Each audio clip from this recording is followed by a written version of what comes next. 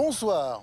Une bonne nouvelle, en ces temps difficiles, nous avons le meilleur système de santé du monde. C'est ce que disent les Français quand on les interroge dans les enquêtes d'opinion, mais c'est ce qui est confirmé aussi par la dernière étude de l'Organisation mondiale de la santé, réalisée en 2000, qui nous classe premier devant 198 autres pays. Nous sommes notamment en pointe pour la couverture médicale, la qualité de nos hôpitaux et la formation de nos médecins. Mais ce système coûte de plus en plus cher. Comment faire pour le préserver sans perdre en qualité? C'est le sujet de ce nouveau numéro du Monde d'après. Quand on est étudiante et qu'on n'a pas de mutuelle, quand on a une petite retraite ou quand on a besoin d'un appareil auditif coûteux, la santé peut devenir un luxe. Quand on a 300 € pour vivre, on ne peut pas se soigner correctement parce qu'on a toujours des dépenses qui passent avant, parce que la nourriture, ça passe avant. Avec les frais de santé qui augmentent de 3% par an et les mutuelles qui coûtent de plus en plus cher, nous verrons comment de plus en plus de Français font appel au système D pour s'en sortir. Comment vos bras marchent alors qu'ils étaient paralysés il y a quelques jours? C'est parfait. À l'hôpital, les médecins doivent soigner, mais ils doivent aussi compter. Cette nouvelle façon de gérer l'hôpital s'appelle la tarification à l'acte. Depuis quelques années, elle transforme les médecins en gestionnaires. Dans des hôpitaux comme celui de Delafontaine à Saint-Denis, cela a permis de redresser l'établissement. Mais y a-t-il des incidences pour les patients? Les radiologues eux-mêmes disent que ça ne sert plus à rien de faire des radios du crâne, et pourtant ça coûte encore 30 à 40 millions d'euros par an à la sécurité sociale. Ce sont les médecins qui le disent. Un acte médical sur 3 est injustifié. Alors pourquoi continue-t-on à les prescrire? Peut-on mettre fin au gâchis? Radio du cerveau, césarienne de confort et dépistage du cancer de la prostate. Nous verrons pourquoi ces 3 actes, parmi d'autres, font débat. Aux Pays-Bas, les médicaments génériques coûtent 3 fois moins cher qu'en France. Le pharmacien distribue les médicaments au compte-gouttes. Et de toute façon, quand on va chez le médecin, on en ressort le plus souvent sans ordonnance. Les petites maladies, on s'en fout, on se débrouille. Comment fonctionne donc ce système de santé si différent du nôtre chez un de nos voisins les plus proches? Faut-il s'en inspirer pour le monde d'après? Ce soir, pour parler de la santé, vont se succéder autour de cette table des médecins, bien sûr, mais aussi des économistes, des experts, d'anciens ministres. Je vous présente nos premiers invités.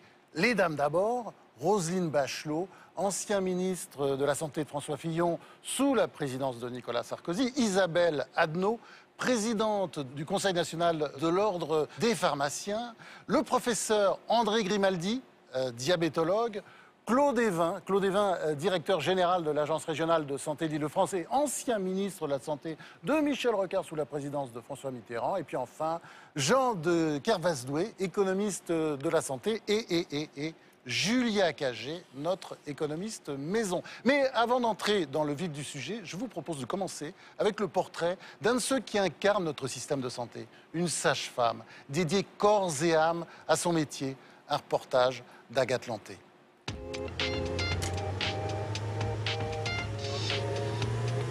Il est 7h30, on est le 20 mars, je m'appelle Anne, je suis sage-femme, j'ai 28 ans, ça fait 5 ans que je fais ce chemin et on va à l'intercommunal de Créteil. Créteil, c'est un des 964 hôpitaux français. Dans sa maternité, 3000 bébés naissent chaque année. Bienvenue dans ma deuxième maison. Comme Anne, elles sont 20 000 sages-femmes en France à faire le lien entre les mamans et les médecins. Et comme Anne, elles sont 80% à travailler à l'hôpital. Elles en sont la vitrine, le visage bienveillant d'un système de soins en difficulté qui reste pourtant l'un des meilleurs au monde. Bonjour. Ça va? Bien et toi? Anne va passer sa journée aux urgences obstétriques où une vingtaine de consultations l'attendent. Chronique d'une journée ordinaire, 12 heures dans la vie d'une sage-femme. La nuit a été calme, le service est apaisé. Bonjour. Comment allez-vous? Ça va. J'avais pas trop ce matin, mais ça va. Oui, il n'y a pas beaucoup de contractions, monitoring, vous en avez? Non, pas vraiment? Pas trop, c'est juste que je ne l'ai pas senti, j'ai eu peur, donc... C'est un petit garçon, une petite fille? Petit garçon. D'accord. T'as préparé un cadeau pour ton petit frère? pour lui souhaiter la bienvenue. Les bons gestes, les bons mots. Plein de vitalité, ce petit bébé. Anne est aussi là pour soigner les angoisses. C'est aussi un contact humain. Quand la journée commence comme ça, c'est vrai que voilà, c'est l'idéal. C'est pour ça qu'on fait ce métier, pour passer du temps avec les patients et s'occuper d'eux. Rassurée, cette patiente repartira sans rien avoir déboursé. La sécurité sociale prendra en charge les 17 € de consultation facturés par l'hôpital. C'est une des particularités du système français, soigner tout le monde, sans exception, à moindre frais. Aux urgences de Créteil, on accueille donc plus de 88 000 personnes chaque année, 20 000 rien que dans ce service. Alors, dans le hall, les patientes s'impatientent. Anne doit composer avec les urgences et s'adapter en toutes circonstances. Allô, John? I'm with your wife. She has a diabetes. Diabète, you understand? For the baby. Cette patiente a développé un diabète de grossesse qui peut être dangereux pour son bébé. Elle doit être hospitalisée. Son mari est appelé en urgence. Have you got some questions? C'est bon? Toutes ces femmes, ce sont autant d'histoires à prendre en compte et autant de dossiers à prendre en charge. Tu fais sa sortie? Le point névralgique des urgences, c'est ce petit bureau où s'empile la paperasse. Visiblement, pas une partie de plaisir. Ouais. C'est que ça. Hein. C'est que ça, ce qu'on fait. Beaucoup de paperasserie. Tout est consigné, chaque acte répertorié, archivé, et tout le monde s'y colle. Du temps en moins pour les soins. Mais pas d'atermoiement, c'est le rush. Les dossiers défilent et les urgences s'enchaînent. Hein? Il faut qu'elle soit vue au DPN, cette dame? Ok, super. DEHE. Et je l'hospitalise. Ensuite, madame est rentrée à domicile. On parle des sous-effectifs à l'hôpital, mais là, vous êtes nombreux quand même. Bah, je suis la seule sage-femme pour gérer 5 patients, 7 patients. Plus les sorties dans les lits.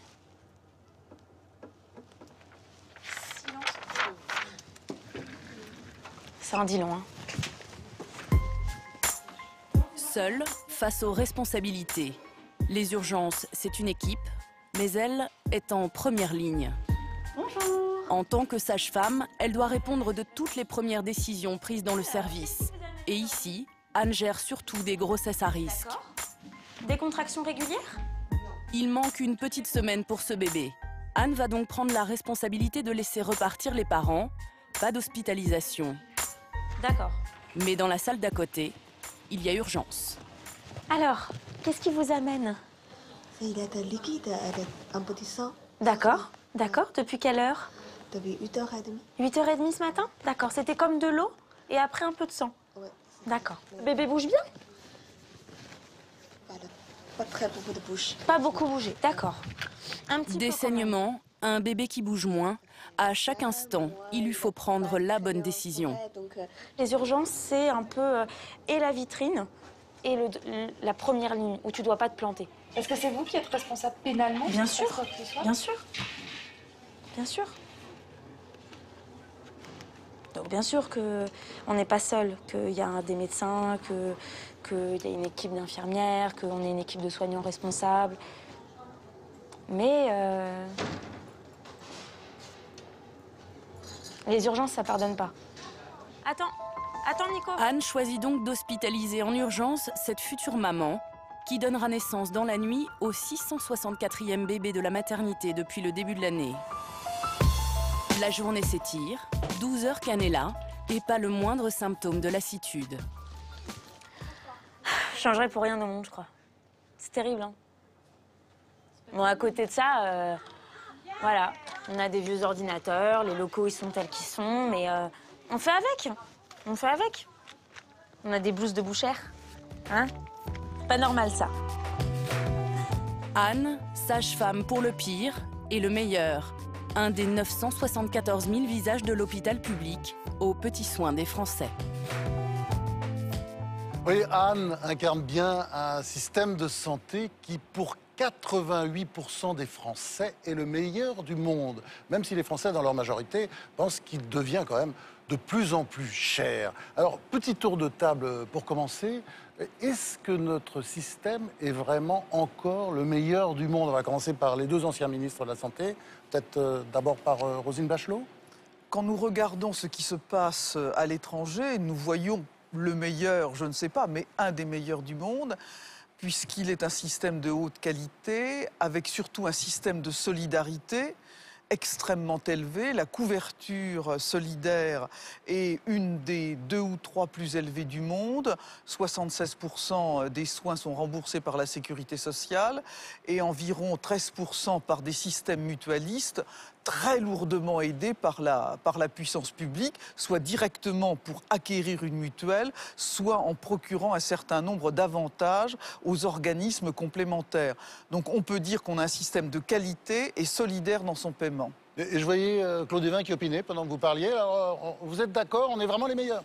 Alors, je ne sais pas si on peut dire on est les meilleurs, parce que je pense que ça nécessite en permanence qu'on se pose la question de la qualité du service rendu, et d'autre part, que nous puissions garantir un système de solidarité nationale. Alors ça ne va pas de soi. On a en effet une progression de la dépense qui, naturellement, va plus vite que les cotisations sociales qu'on est obligé de prélever pour financer cette assurance maladie, pour financer la sécurité sociale. Donc on a effectivement un bon système, mais qui nécessite en permanence une très grande attention de l'ensemble des acteurs, des responsables d'abord, et puis aussi de chacun et chacune d'entre nous, des professionnels, mais aussi des usagers. Professeur Grimaldi? Oui, je pense qu'il faut nuancer le propos qui, globalement, comme ça peut paraître juste. En 2000, on est classé premier parce qu'en 1999, il y a eu la CMU, qui a été un gros progrès. Depuis, on recule. Alors, c'est le problème de la tendance, c'est-à-dire que le système devient plus inégalitaire. Et ensuite, ce système a une faiblesse originelle qui s'est aggravée, c'est la prévention. En France, nous sommes très mal classés pour les morts prématurées évitables, dues au tabac, dues à l'alcool, dues au suicide. Nous sommes dans les derniers d'Europe. Donc il faut rentrer dans les détails pour dire le suicide, mais pour le tabac et l'alcool. Globalement, c'est un des meilleurs systèmes. Il est menacé, les inégalités augmentent et il y a des secteurs comme celui de la prévention où nous sommes réellement mauvais. Jean de Carlesbey. Oui, je crois que nous avons un bon système, ça, il n'y a pas de doute sur ce sujet. Il se trouve que moi, j'ai audité le système de santé grec 1 an avant la crise. Et alors Et alors, c'est terrible. C'est terrible parce que tout le monde est corrompu. C'est-à-dire, pour avoir une infirmière la nuit, il faut la payer. Et le racket est organisé à l'échelon du service, et cela jusqu'au ministre. J'ai également audité, toujours pour le CDE, le système de santé irlandais. Là, il y a une brutalité très britannique que je pourrais illustrer si j'avais le temps, mais bon, des choses que je n'avais pas vues en France depuis très très longtemps. C'est-à-dire quoi? Dans la même pièce, vous avez quelqu'un qui est en hémodialyse, un autre qui se fait endoscoper, troisième, enfin, des pièces qui sont beaucoup plus petites que ce studio. Bon, je connais très très bien le système américain aussi, qui est un système qui a de très très grandes imperfections. Ça varie beaucoup d'un État à l'autre. Mais donc, c'est un bon système. Mais, alors, contrairement peut-être à ce que on implique depuis le début de l'émission, nous sommes aujourd'hui le système le plus cher au monde, à part les États-Unis, qui sont un système aberrant. Et il y a des pays qui remboursent beaucoup mieux que nous.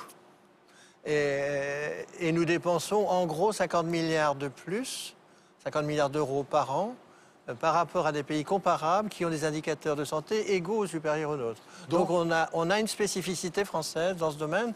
Et je rajoute, pour répondre tout de suite à l'émission, est-ce qu'on peut avoir un système solidaire? Oui. Est-ce qu'on peut mieux rembourser? Oui. Est-ce que ça peut être moins cher? Oui.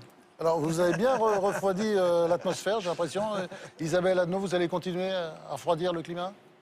Non, moi je trouve qu'en tout cas en matière de médicaments, on a un égal accès aux médicaments pour la population, c'est très important. Mais enfin, comme ça a déjà été précédemment dit, la question c'est de ne pas fragiliser plus un système de santé, qu'il faut donc tout faire pour essayer de l'améliorer.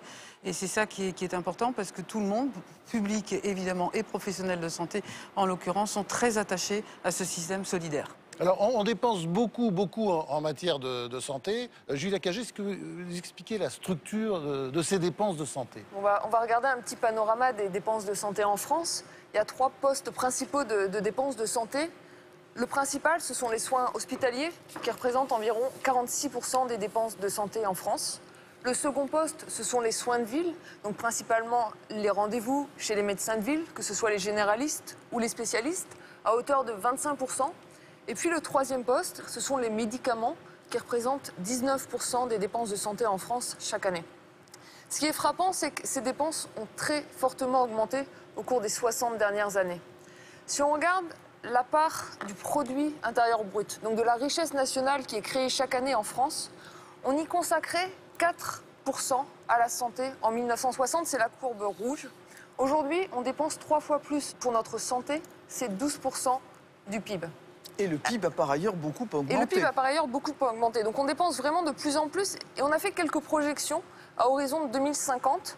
Si on considère un scénario bas, donc on va rester sur le même rythme de progrès médical, on devrait atteindre un niveau d'environ 16% en 2050.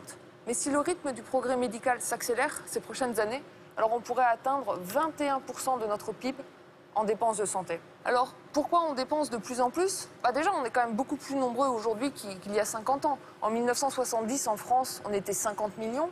Aujourd'hui, on est 62 millions. Ça coûte quand même plus cher de soigner 62 millions que 50 millions de Français. Et puis en plus, on vieillit. La population française devient de plus en plus âgée. En 2005, le pourcentage des 65 ans et plus était de 17% de la population française. C'est la courbe en rouge. Il va atteindre un niveau supérieur à 27% d'ici 2050. Et je ne vais pas vous surprendre, Franz, si je vous dis que plus on vieillit, eh bien, plus on dépense pour sa santé. Si vous êtes un jeune homme de 40 ans, vous dépensez en moyenne 1 000 € par an pour votre santé. Ce sont les barres en bleu. Et si vous avez 70 ans, vous dépensez environ 2 000 €. Donc, il y a quand même une part qui est due au vieillissement. Et puis, il y a une part de l'augmentation des dépenses qui est due au progrès médical. Regardez les chiffres pour 2000. Les courbes en bleu, ce sont les chiffres pour 1992. Regardez ce qui se passe 8 ans plus tard. Eh bien, pour un même âge, l'individu de 70 ans qui dépensait 2 000 € pour sa santé en 1992 en dépense 3 500 en 2000. Ce qui veut bien dire qu'une part croissante de l'augmentation des dépenses de santé est liée au progrès médical, aux nouveaux médicaments et pas seulement au vieillissement de la population. Alors, c'est un sujet à la mode, mais comment est-ce qu'on peut réduire ou diminuer cette espèce de tsunami de dépenses, professeur Grimaldi? Oui. D'abord, cela exprime un choix de société. Dans les sociétés développées, la santé, c'est un bien supérieur. Et donc, la population considère de fait, même s'il n'y a pas un débat pour le trancher, que la santé, c'est une priorité. Et qu'on est prêt à dépenser beaucoup, y compris à s'endetter ou à faire des choix pour la santé. C'est pas un hasard si quand même, jour de l'an, on se dit d'abord la santé. C'est ça qu'on exprime dans ces chiffres. Alors ensuite, dans ce qui coûte cher, c'est pas seulement le progrès médical, c'est que les maladies chroniques, le progrès est ambivalent. Nous, les malades du sida ne meurent plus, ils sont soignés par des trithérapies. Il aurait peut-être été intéressant d'ailleurs de donner l'espérance de vie. Alors, oui, je crois effectivement qu'il faut nuancer la présentation, c'est-à-dire que ce n'est pas l'âge qui est déterminant des dépenses, c'est effectivement notamment l'existence des maladies chroniques. Une personne jeune peut avoir une maladie chronique, elle dépensera beaucoup. Je voudrais quand même réagir sur ce que dit le professeur Grimaldi. Je suis complètement d'accord avec lui pour dire que la santé, c'est un bien supérieur et que, effectivement, c'est la préoccupation première de nos concitoyens qu'il faut protéger. Ceci étant, par rapport à l'augmentation des dépenses, je crois qu'il faut toujours tenir, je dirais, les deux bouts de la chaîne. Il est normal que nous dépensions pour la santé, mais en ayant toujours la préoccupation de savoir comment nous allons en assurer le financement sur la solidarité nationale. Parce que la question des inégalités de santé est un vrai sujet.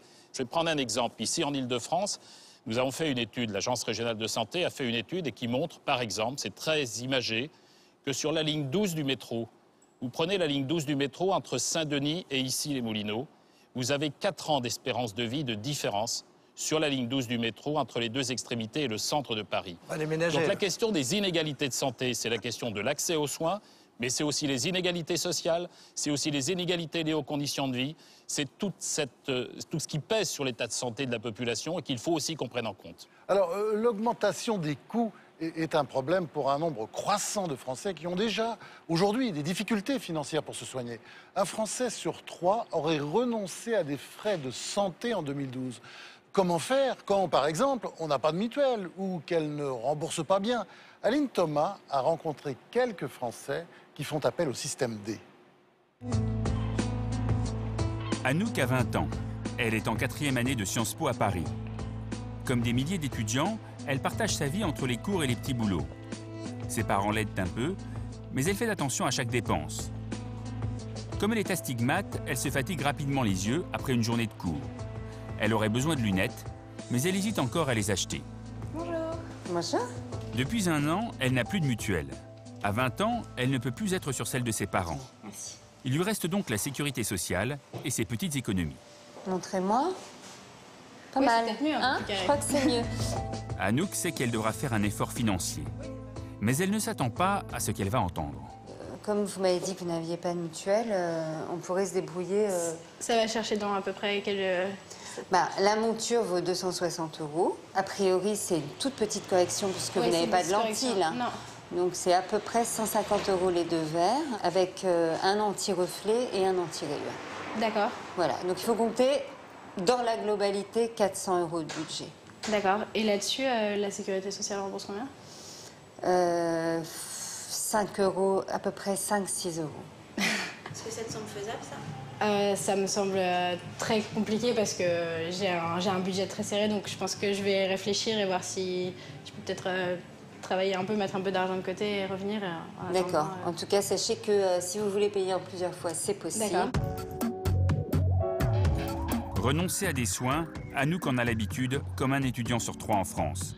Avec un loyer de 500 €, il lui en reste à peine 300 pour l'électricité et pour manger. Alors elle choisit ses priorités et la santé n'en fait plus partie. Quand on a 300 € pour vivre, on ne peut pas se soigner correctement parce qu'on a toujours des dépenses qui passent avant, parce que la nourriture, ça passe avant, parce que je préfère aller manger une fois un repas au Crous plutôt que de manger juste des pâtes chez moi ou ce genre de choses. Du coup, il ne reste pas d'argent à la fin et voilà, il y a beaucoup de choses qui semblent prioritaires quand on n'est pas très malade. Quand elle n'a plus le choix et qu'il lui faut absolument voir un médecin, elle cherche la solution la moins coûteuse. Quand je suis vraiment malade, j'attends toujours un petit peu, voir si c'est vraiment nécessaire que j'aille voir un médecin. Et si je sens qu'il faut vraiment que j'aille voir un médecin, alors j'essaye de trouver des centres de santé où au moins je suis sûre que les médecins seront en secteur 1, que ce sera le prix le plus bas possible et d'avoir un minimum de frais à avancer. Au centre de santé, les consultations de médecins généralistes sont à 23 €, le tarif de la sécurité sociale. Mais même ainsi, il reste 8 € à la charge du patient et le délai est parfois très long pour avoir un rendez-vous. Alors la plupart du temps, Anouk se débrouille toute seule. Donc voilà les médicaments que j'utilise en attendant d'aller chez le médecin quand je me sens pas très bien pour continuer d'aller en cours et au travail. J'ai de l'aspirine, j'ai du Doliprane, du paracétamol, j'ai surtout du paracétamol avec du Spasfon, ce genre de choses. Un petit kit de survie? C'est ça, un kit de survie en attendant de pouvoir aller chez le médecin. Ne pas se soigner pour des raisons financières, la pratique est de plus en plus courante. D'après une récente enquête, un Français sur 3 aurait renoncé à des frais de santé en 2012. Pour le docteur Dupagne, médecin généraliste depuis plus de 20 ans, c'est un changement de système. En France, pendant longtemps, on a eu un système solidaire dans lequel tout le monde était soigné dans les mêmes conditions. Et petit à petit, l'assurance maladie s'est désengagée du remboursement, en tout cas de tarifs. On l'a eu pour les dents et pour les lunettes en premier, qui ne sont quasiment plus remboursés. Et maintenant, ça vient pour la chirurgie, pour la médecine. Pour les plus démunis, ceux qui touchent moins de 660 € par mois, il existe toujours la CMU, qui permet un accès aux soins gratuits. Mais c'est pour ceux qui touchent un petit peu plus que la situation devient délicate. Il y a une réalité de gens qui sont à cheval entre la CMU qui permet d'avoir des soins gratuits et qui n'ont pas de mutuelle ou qui ont un salaire qui ne leur permet pas de faire des avances de frais. Donc là, il y a une difficulté dans l'accès aux soins qui est réelle. Cette nouvelle réalité, France Humanitaire la constate tous les jours. L'association lyonnaise, composée de médecins bénévoles, propose depuis plusieurs années des soins dentaires et ophtalmologiques de première nécessité, gratuits, à ceux qui n'ont aucun droit. Pourtant, depuis quelques mois, les médecins accueillent de nouveaux patients qu'ils n'auraient jamais pensé devoir soigner. On est au fond. Aujourd'hui, on a vu arriver une nouvelle population, demandeurs de soins, qui est une population de gens qui travaillent, comme nous, mais qui n'arrivent pas à subvenir à tous leurs besoins et à partir de là, qui vont supprimer en priorité ces soins qui sont les soins dentaires et ophtalmologiques. C'est le cas de Noira, jeune retraitée. Elle attend depuis des mois une prothèse dentaire, indispensable pour pouvoir se nourrir correctement. À cause de ses petits revenus, elle a repoussé l'intervention. Elle aimerait se soigner, mais le prix de la prothèse est inabordable. Là, on m'a arraché les quatre devant. On m'a fait un soin et là, donc, ça sera l'appareillage. Vous avez eu les extractions il y a combien de temps? Ça fait un mois. Un mois, mais entre-temps, on a fait des soins. Oui, les soins ne sont pas terminés. Noira a une retraite de 680 €. Elle a droit à la sécurité sociale. À quelques euros près, elle gagne trop pour la CMU. Mais pas assez pour se payer les soins dont elle aurait besoin. Je ne pouvais pas me permettre d'aller chez le dentiste. Hein. Ça, c'est quasi impossible. Hein. Avec ma petite retraite, c'est pas possible. Elle a même une mutuelle pour 50 € par mois. Mais c'est tout à fait insuffisant. Les dents et les lunettes ne sont pas pris... sont pas dans le contrat de remboursement. J'ai pris vraiment la minimum, parce Donc, que vu ma retraite, je ne pouvais pas me permettre... Sans l'aide de l'association, elle aurait dû payer au moins 5 000 €, l'équivalent d'une année de retraite, ce qu'elle n'aurait jamais pu économiser. Cette association, j'en suis ravie et surtout, ça me sort vraiment du pétrin, parce que sans ça, je ne sais pas ce que j'aurais fait. Je serais restée sans dents, malheureusement. Non, mais actuellement, c'est souvent qu'on entend ça. Hein. Non, il y a de plus en plus de personnes qui ne peuvent pas se faire soigner parce que justement, les mutuelles sont trop chères. Ces mutuelles de plus en plus chères, en moyenne 8% de plus chaque année, contribuent aussi à la difficulté d'accès aux soins. Car même lorsqu'on ne choisit pas les moins chers, cela reste insuffisant pour rembourser certaines dépenses de santé. Syrah touche près de 1 900 € par mois et elle a une mutuelle. Mais elle est atteinte d'une perte auditive importante et elle aurait besoin d'un appareil qui coûte 5 000 € pour que sa situation ne s'aggrave pas. Ah, bonjour. Enchantée. Bien sûr, merci. Pour financer sa prothèse, elle est donc obligée d'emprunter. Elle a rendez-vous au Crédit Municipal, une banque à vocation sociale qui propose depuis le mois de janvier un prêt attractif réservé aux dépenses de santé.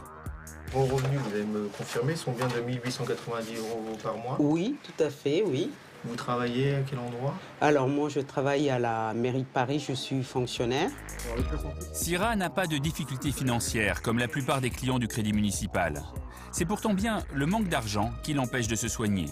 Ça fait très très longtemps que je souffre, vous savez, de ce problème, c'est un handicap. D'ailleurs, j'ai même appris le langage des signes au cas où des sourds et muets, parce qu'on ne sait jamais. Donc, avant que les choses ne soient vraiment aggravées, je préfère anticiper et faire justement ce prêt. Avec ce prêt qu'elle remboursera sur 3 ans, Syrah pourra enfin accéder aux soins dont elle a besoin. 1 millier de personnes de toutes catégories sociales ont déjà bénéficié de prêts de ce type. Une solution, certes, mais une goutte d'eau dans un système de plus en plus fragile. Donc on a compris, on dépense de plus en plus pour notre santé, et puis en même temps, on rembourse mal, très mal. Alors comment augmenter les remboursements ?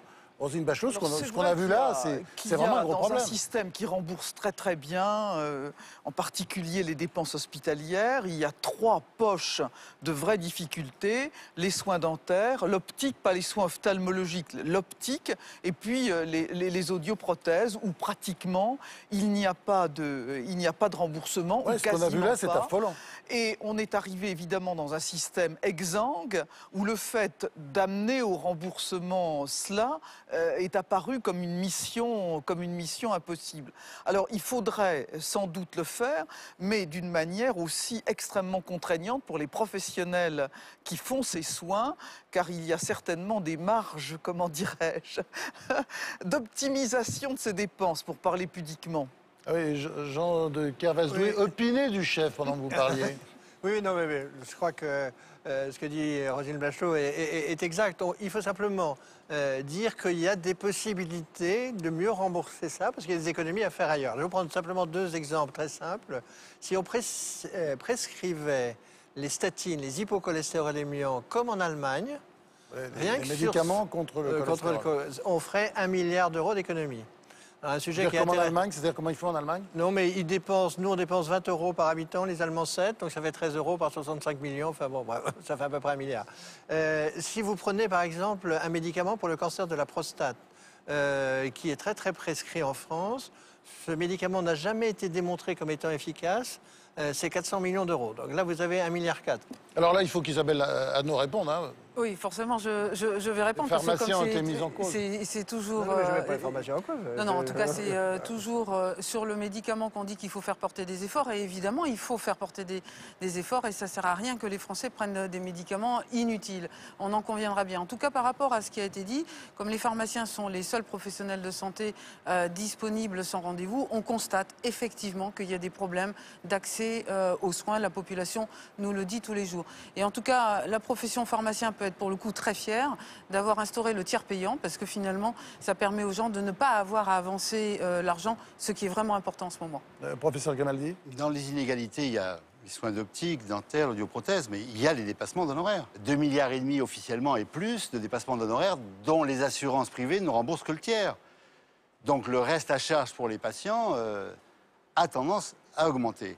Parce qu'on ne dépense pas trop pour la santé, contrairement à ce qui est dit ici. Par contre, on dépense mal. Tous les soins en santé, contrairement au système du commerce, ce qui est inutile est, pour nous médecins, éthiquement condamnable. Pas économiquement condamnable, parce que l'inutile dans l'économie, c'est partout. On trouve ça très bien. En santé, on ne trouve pas ça bien. Pourquoi ? On l'enlève à quelqu'un d'autre qui en a besoin. Donc pour un médecin, ce n'est pas un devoir économique, c'est un devoir éthique. C'est dans le code de déontologie. Les soins doivent être justifiés au moindre coût. Julia, il faut quand même maintenant que vous nous expliquiez en images, en chiffres, cette insuffisance en matière de remboursement. Bon, déjà, il faut mettre un point en clair, et en fait, c'est ce que vous avez dit tout à l'heure, Madame Bachelot, c'est qu'on est bien remboursé en France. La part à charge des ménages, une fois qu'on a pris en compte les remboursements par la sécurité sociale et les remboursements par les mutuelles, c'est environ 10%, et c'est resté très stable durant ces dernières années. Le problème, c'est que même si cette part à charge autour de 9-10% est assez stable, comme le montant des dépenses augmente fortement, la facture pour les ménages augmente. Donc si on regarde combien les ménages devaient débourser de leur poche chaque année en 2005 pour leurs frais de santé, eh bien on voit que c'était légèrement supérieur à 500 €. Aujourd'hui, ça dépasse les 650 €. Donc la facture de santé s'alourdit chaque année pour les ménages et c'est pas facile pour eux. La question c'est, est-ce que l'État peut faire mieux? Est-ce que la sécurité sociale doit rembourser plus? Et là encore, c'est pas si évident parce qu'il y a ce problème que l'on connaît tous, c'est le trou de la sécurité sociale. La sécurité sociale, elle est en déficit depuis des années et ce trou, il est très important. Si on regarde les chiffres, en 1998, le trou de la sécurité sociale, c'était 2,4 milliards d'euros.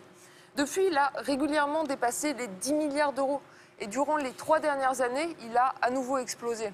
L'assurance maladie, madame, vous parlez de l'assurance maladie. Je parle de la branche maladie de la sécurité sociale. Voilà, il faut préciser. C'est le déficit de la attention, parce que vous êtes avec monsieur de Carrasdoué. De la sécurité sociale. Spécialiste mondial. Vous avez raison. C'est important de souligner ce point. On a même atteint 11,4 en 2010. Et pourquoi on a atteint 11,4 en 2010 Une des raisons, c'est la crise. Parce que la crise, c'est du chômage. Et la crise, c'est moins de travailleurs, moins de cotisations. Et toutes les recettes de la sécurité sociale, ce sont les cotisations sociales, la contribution sociale généralisée, la CSG. En période de crise avec le chômage, il y a moins de cotisations, donc plus de déficit. Et les taxes affectées. Oui, je crois qu'effectivement, c'est important de regarder les chiffres globalement. On disait tout à l'heure 76% remboursés par l'assurance maladie, près de 90% quand on y rajoute les couvertures complémentaires. Mais à l'intérieur de ces grands chiffres, il y a de très fortes inégalités. Ce qu'on a vu là, c'est que les soins de premier recours sont moins bien remboursés aujourd'hui. Quand on a effectivement une maladie grave, on est bien pris en charge et en général bien remboursé. Mais les soins de proximité, les prothèses que l'on a vues, effectivement, il y a une diminution de la prise en charge. Deuxième élément, c'est qu'on atteint 90% quand on a une couverture complémentaire, une mutuelle, comme on voyait. Aujourd'hui, tout le monde n'a pas de mutuelle. Je rappelle d'ailleurs que c'est un objectif que le président de la République a fixé et l'accord interprofessionnel qui a été signé le 11 janvier dernier fixe comme objectif que tous les salariés au 1er janvier 2016 auront une couverture complémentaire. Mais c'est l'ensemble des personnes, y compris celles qui ne sont pas salariées, qui doivent pouvoir bénéficier d'une mutuelle. Claude, je veux quand même donner un chiffre. Le nombre des Français qui n'a pas de mutuelle, c'est 8%. Et sur ces 8%, 4% sont des gens qui n'ont pas de mutuelle, non pas pour des raisons économiques. C'est même des gens qui ont des moyens et qui font le choix de ne pas avoir de mutuelle parce qu'ils estiment qu'ils peuvent payer leurs dépenses de santé. Nous avons vu que l'un des problèmes, c'est le niveau de prise en charge de frais de santé par la sécurité sociale. Qui décide du taux de remboursement et sur quels critères? Explication avec l'exemple des médicaments. On regarde. Le remboursement d'un médicament est déterminé en principe par son intérêt. Plus il est considéré comme utile et bon pour la santé, plus la sécurité sociale le rembourse. À chaque fois qu'un nouveau médicament arrive sur le marché, il passe devant une commission du ministère de la Santé. Dans cette assemblée qui regroupe des médecins et des pharmacologues, les experts évaluent le SMR, le service médical rendu. Niveau 1, important, le remboursement sera préconisé à 65%. Niveau 2, modéré, 35% seulement de remboursé. Niveau 3, faible, 15%. Niveau 4, insuffisant, pas de remboursement. Mais les experts évaluent aussi une autre valeur, l'ASMR, l'amélioration du service médical rendu. Ce n'est plus l'efficacité que l'on mesure, mais le progrès médical. On vérifie si le médicament apporte quelque chose de plus que ceux qui existent déjà. Plus il participe au progrès médical, plus il sera bien noté. Cette information-là ne change pas le taux de remboursement, mais elle joue sur un autre facteur très important, le prix. Car en France, le prix des médicaments remboursés est fixé par une autre commission dépendant du ministère de la Santé et du ministère du Budget. Plus l'amélioration du service médical rendu est important, plus le laboratoire pourra prétendre vendre son produit cher. Le SMR, service médical rendu, qui évalue l'efficacité du médicament, et l'ASMR, amélioration du service médical rendu, qui évalue son progrès médical, ne sont pas définitifs. Ils sont accordés pour 5 ans. Le ministère de la Santé peut néanmoins à tout moment réunir la commission des experts pour réévaluer ces notions, notamment en fonction des nouvelles informations scientifiques. C'est pour cela que de nombreux médicaments perdent parfois leur niveau de SMR et ne sont plus remboursés. Alors, Madame Anneau, je suis sûr que vous serez d'accord avec moi, les remboursements ne se font pas en fonction de l'intérêt des médicaments, de leur efficacité. Alors si, ils se font, c'est ce qui a été expliqué en fonction de l'ASMR, ouais. Mais en tout cas, les pharmaciens sont vraiment furieux, mais furieux, avec le terme de service médical rendu insuffisant ou nul, parce que c'est comme ça que c'est traduit, lorsque les médicaments sont déremboursés. Parce que dans la population française, cela veut dire que tous les médicaments déremboursés ne servent strictement à rien. Or, on se retrouve avec les mêmes molécules pour partie remboursées ou non remboursées, et finalement, c'est une véritable cacophonie, plus personne ne comprend rien. Est-ce que l'ibuprofène, parce qu'il est remboursé, va être utile, et le même, il est déremboursé, il est inutile, voire dangereux. Donc il y a quelque chose qui ne va pas, et ce qui serait vraiment important, c'est qu'on clarifie cette question-là et qu'on finisse par dire le système de santé ne peut pas rembourser tel ou tel médicament. Là, au moins, ce serait clair. Et ça pour certains points, ça n'a rien à voir avec l'efficacité. Il y a des laboratoires qui choisissent de ne pas rembourser le médicament pour avoir un prix libre. C'est ce qui s'est passé avec les pilules de 3e et de 4e génération. C'est pas parce que le ministère de la Santé n'a pas voulu les rembourser. Il voulait les rembourser, mais au prix des autres éventuellement, et les laboratoires ont fait le choix systématique, évidemment, de mener une campagne commerciale en disant ces pilules-là sont plus intéressantes et on les vend très cher.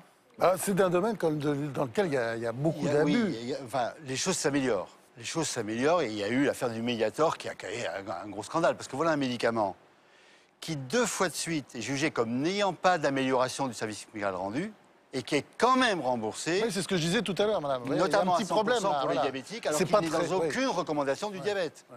Il aura coûté à la Sécurité sociale, je ne pense pas qu'il aura coûté aux malades en complications, mais à la Sécurité sociale, il aura coûté 1,2 milliard. Alors, pour dépenser moins, la première solution qui s'impose, c'est évidemment l'amélioration de la gestion des hôpitaux. Depuis quelques années, l'hôpital est financé par le principe de la tarification à l'activité. De quoi s'agit-il? Eh bien, pour le comprendre, on va aller à l'hôpital de La Fontaine, en Seine-Saint-Denis, qui a redressé ses comptes. Est-ce l'exemple à suivre? Eh bien, c'est un reportage de Caroline Diebold. L'hôpital de La Fontaine est situé à Saint-Denis, dans l'un des départements les plus défavorisés de France, un désert médical. Pourtant, à l'image de cette nouvelle unité de chirurgie, l'établissement semble en pleine forme. Madeleine, 92 ans, a rendez-vous pour une opération. Elle est accompagnée de sa fille. Vous attendez quoi aujourd'hui ici dans cette salle d'attente, madame? Pour faire un cataracte. Mais ça se passe très bien. Sans problème, on peut aller, comme on dit, les yeux fermés. Allez, on y go. Allez. Madeleine est venue pour une opération en ambulatoire, ce qui veut dire qu'elle ne restera que quelques heures à l'hôpital. Allongez-vous, je vais regarder le bracelet. Ce matin, l'équipe soignante doit prendre en charge 19 patients qui seront ensuite dirigés vers les 9 salles d'opération. Donc je fais comme la dernière fois, je mets le petit comprimé dans l'œil. Bonjour Madame Carré. Ça va? Vous allez bien? Je jette un petit coup d'œil. Le docteur Akiki en est à sa 3e opération de la cataracte de la matinée. Il en a 6 de prévues à son programme. Depuis 1 an et demi, le chirurgien et son équipe opèrent dans des installations toutes neuves. Ici, toutes les conditions matérielles sont réunies pour que l'intervention, qui requiert une grande concentration, se déroule au mieux. Pour remplacer le cristallin de l'œil, le chirurgien travaille au millimètre près et contrôle tous ses gestes depuis son microscope. En orthopédie, lundi. Quelques portes plus loin, le docteur Marc Pellerin, chef du pôle de chirurgie, gère le planning du bloc opératoire. Les salles d'opération doivent être rentabilisées le mieux possible. Ensuite, il y a 5 cataractes. D'accord, donc 5 cataractes. Est-ce qu'on a les implants Oui, les implants ont été vérifiés.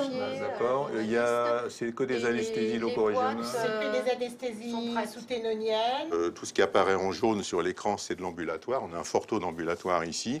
Et donc ces patients qui rentrent le matin doivent sortir en fin d'après-midi. Et donc il faut qu'ils sortent avant 19h, on va dire. Parce que ce sont les horaires des personnels d'ambulatoire. Des patients qui arrivent le matin et qui repartent quelques heures plus tard, comme Madeleine, c'est une configuration idéale pour l'hôpital. Ici, la gestion se fait à flux tendu. Alors c'est de la gestion, j'allais dire quotidienne, mais avec une fois par semaine, une gestion qui nous prend entre une demi-heure et 3/4 d'heure. Parce que vous voyez, on est salle, jour par jour, salle par salle, tout est vérifié, et pour laisser le moins de place possible à l'aléa. Retour à la salle d'opération 40 minutes plus tard, le docteur Akiki a terminé son intervention. Tout s'est bien passé. Encore quelques heures de repos pour Madeleine avant de quitter l'hôpital. Le chirurgien, lui, se prépare pour une nouvelle opération. Mais auparavant, il doit faire une petite pause indispensable devant l'ordinateur. Alors, c'est une activité qui permet de rentrer les actes pratiqués et qui correspondent aux gestes opératoires qui ont été pratiqués tout au long de la matinée chez tous les patients qui ont été opérés. Voilà, et ça sert à quoi? Alors, ça permet à l'hôpital de comptabiliser l'activité réalisée. Et c'est très important parce que de cette activité-là dépendra après le financement futur de l'hôpital. À chacun des actes effectués par le chirurgien correspond une somme que l'assurance maladie va rembourser à l'hôpital. C'est ce qui procure à l'établissement les rentrées d'argent qui vont lui permettre de se développer. C'est important de rien oublier.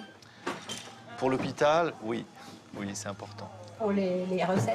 Pour les recettes, parce que, regardez, hein, c'est vrai que on a la chance d'avoir un bloc tout neuf, on a la chance d'avoir du matériel assez facilement quand on le demande. Et donc la moindre des choses, c'est de coter, quand on utilise ce matériel, de coter le plus de choses possible. Coder, c'est aujourd'hui une activité quotidienne des médecins des hôpitaux. Le corps médical est devenu comptable de son activité de soins. Il y a quelques années, les médecins ne s'occupaient pas de la gestion. L'hôpital recevait une dotation fixe à l'année. Aujourd'hui, les recettes sont déterminées par l'activité. Plus l'hôpital traite de patients, plus son activité s'accroît et donc plus ses recettes augmentent. À l'hôpital de La Fontaine, cette nouvelle gestion a eu des effets positifs. Une nouvelle maternité, un nouveau bloc opératoire et des services en cours de rénovation. Plus de 100 millions d'euros d'investissement rendus possibles grâce à cette nouvelle gestion. Elisabeth Beau, la directrice de l'établissement arrivée il y a 4 ans, ne peut que s'en féliciter. Je pense que c'est plutôt quelque chose de positif pour l'hôpital public. C'est ce qu'on a pu constater de façon générale. L'hôpital public a eu un vrai regain d'activité depuis que ces modes de tarification sont en place. Il a repris des parts de marché en chirurgie. Il s'est développé et au total, sur les 4 dernières années, on a une activité qui, selon les secteurs, a augmenté entre 10 et 20% en nombre de séjours, en nombre de consultations et aussi au niveau des prises en charge aux urgences. Le docteur De Broeker dirige une unité spécialisée dans les AVC, les accidents vasculaires cérébraux. Son activité est l'une de celles qui rapporte le plus à l'hôpital.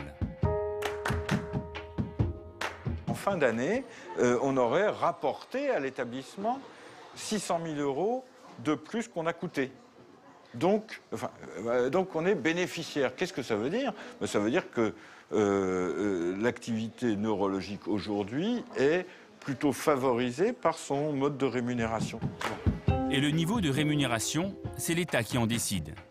Ainsi, pour inciter les hôpitaux à développer la prise en charge des AVC, la Sécurité sociale va rembourser plus généreusement ces actes médicaux. Mais ce système a des limites. Bonjour madame. Ce matin, le neurologue rend visite à une dame de 84 ans, victime d'un accident vasculaire cérébral. Donc comment vous vous sentez aujourd'hui? Très bien. Oui. Fatigué un petit peu. Fatigué. Est-ce que vous vous voyez rentrer chez vous? Oui. Oui. À la maison, il y a votre fille qui habite avec vous? Oui. J'ai une fille qui est comme ça. C'est votre fille qui fait tout? Oui. Vous avez une grande chance, c'est bien. Alors montrez-moi comment vos bras marchent alors qu'ils étaient paralysés il y a quelques jours. Bon, c'est parfait. Cette patiente va quitter l'hôpital au bout de 8 jours. C'est une excellente nouvelle pour le docteur De Broeker, car elle a vite récupéré. Une bonne nouvelle aussi pour l'hôpital, car elle va libérer un lit. Si elle était restée plus longtemps, elle n'aurait pas fait gagner 1 centime de plus à l'établissement. Au contraire. Alors attention, un patient qui, comme cette dame, reste 8 jours, va être rétribué à l'hôpital tel prix. En gros, en fonction des comptages, bon, ça va être 3 500 € mettons, pour un séjour de 8 jours. Est-ce que le séjour serait rétribué la même somme à l'hôpital s'il avait duré 5 jours ou s'il en avait duré 3 semaines? Donc vous imaginez bien que pour la plupart qui restent 3 semaines, dont une semaine non indue, je dirais, du fait de problèmes sociaux, de financement, etc., c'est extrêmement pénalisant pour les financements de l'hôpital. Car ce qui n'est pas pris en compte dans la tarification à l'activité, c'est le temps passé avec les malades. Alors la santé est-elle vraiment une activité quantifiable? Stéphane Lafont est directeur financier. Ce matin, il se rend à la tour de contrôle de l'hôpital, le service d'information médicale qui comptabilise toutes les activités des médecins. Ce sont ces données qui vont servir de base au budget de l'établissement. Alors dites-moi, les fichiers de février, ça donne quoi? Le directeur financier reconnaît que l'équilibre entre service public et performance est parfois subtil. Ce système ne vous pousse-t-il pas à privilégier certaines activités au détriment d'autres? C'est une excellente question.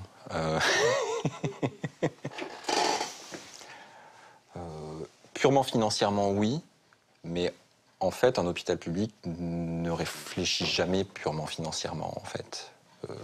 On n'est vraiment pas cortiqué comme ça. C'est-à-dire, ça aurait pas de sens de se mettre à faire, je sais pas, de la chirurgie réparatrice du sein en Seine-Saint-Denis, simplement parce que ça rapporterait beaucoup. On ne crée pas du besoin uniquement parce que ça rapporte.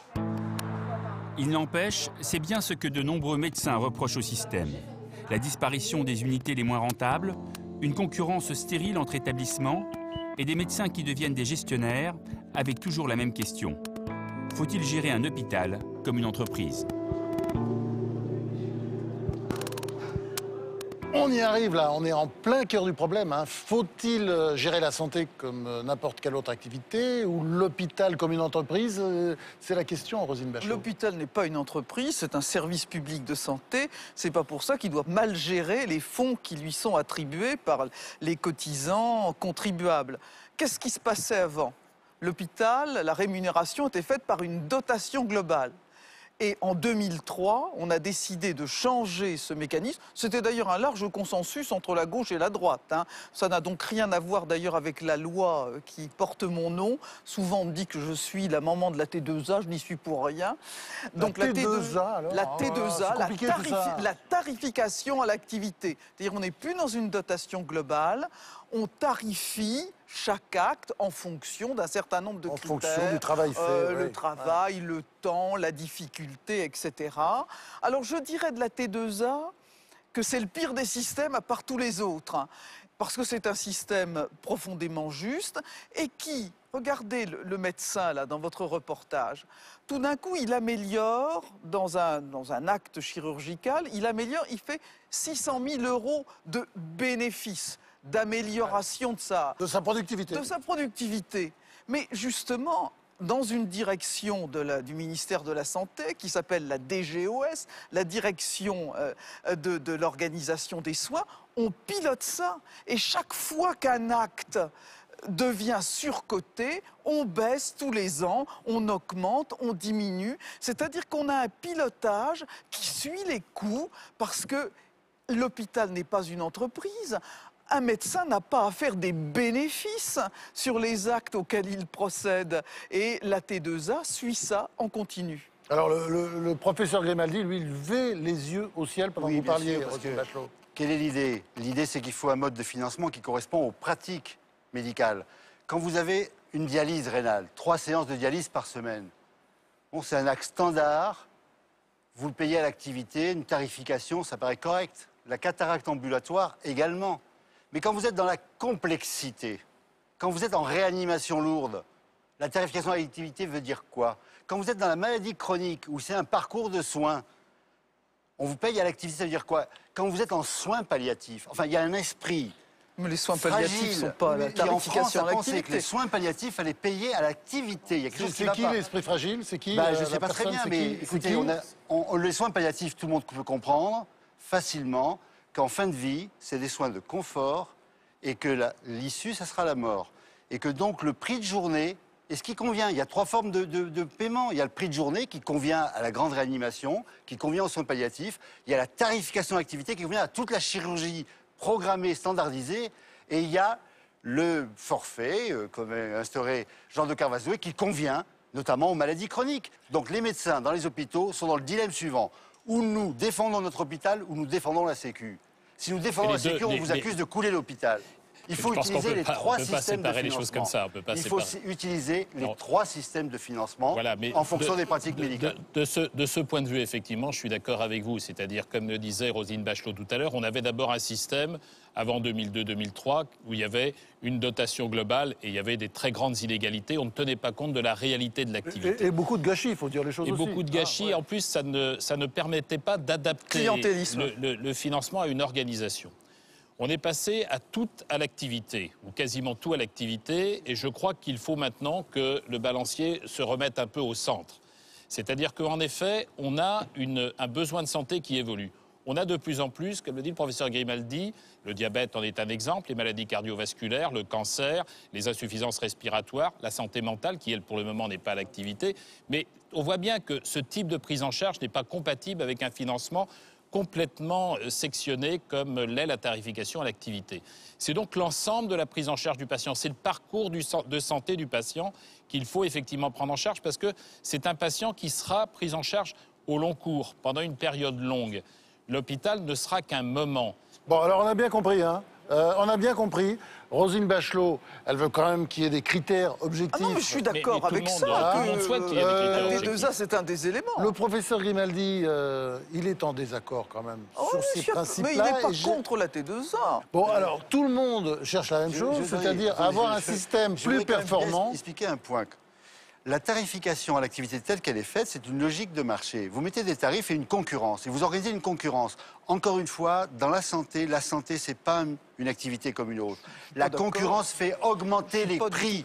La concurrence ne... Je ne suis pas d'accord, il ne faut pas jouer la concurrence. Les prix ne sont pas fixés par les acteurs du système de santé. Mais comme c'est une concurrence administrée, c'est un marché administré, et on vous dit, ici, d'ailleurs, vous voyez bien la campagne, des cliniques commerciales, nous sommes beaucoup moins chers. Ça dépend de quoi on parle, vous voyez, la prise en charge du diabète dans les cliniques commerciales, elle diminue parce que c'est un mal qui ne les intéresse pas. Par contre, ils veulent bien faire le geste chirurgical, et puis nous envoyer le malade après. Donc ils répartissent, et je ne peux pas leur reprocher. Ils sont des cliniques commerciales, ils doivent être rentables. Alors, Roselyne Bachelot, Jean de Kervasdoué, André Grimaldi, bonsoir. Isabelle Hanot et Claude Évin, vous restez avec nous. Alors, un autre sujet qui concerne notre système de santé, ce sont les actes injustifiés qui, selon une étude récente, représenteraient près de 30% des actes médicaux. Alors, n'en fait-on pas trop? A-t-on vraiment les moyens de se prémunir contre tout le temps? Claudia Speidel a fait le point sur quelques exemples. On regarde. Bon, elle est dans quelle chambre? Au 3. Ce n'est pas un bruit de couloir, mais bien le diagnostic des médecins. Selon une récente enquête de la Fédération hospitalière française, un acte médical sur 3 serait injustifié.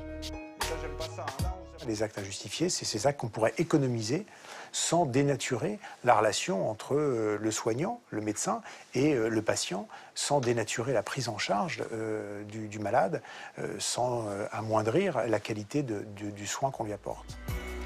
Mais pourquoi ces médecins, qui ont parfaitement conscience des coûts et du caractère infondé de ces actes, continuent-ils à les prescrire? Ils avancent 3 raisons principales. Ce serait surtout pour répondre à la demande des patients. Ensuite, prescrire des examens serait une manière de se prémunir d'éventuelles poursuites judiciaires. Enfin, il s'agirait souvent d'un problème de formation du corps médical. Quels sont donc ces actes médicaux dont on pourrait parfois se passer? Voici 3 exemples qui posent question.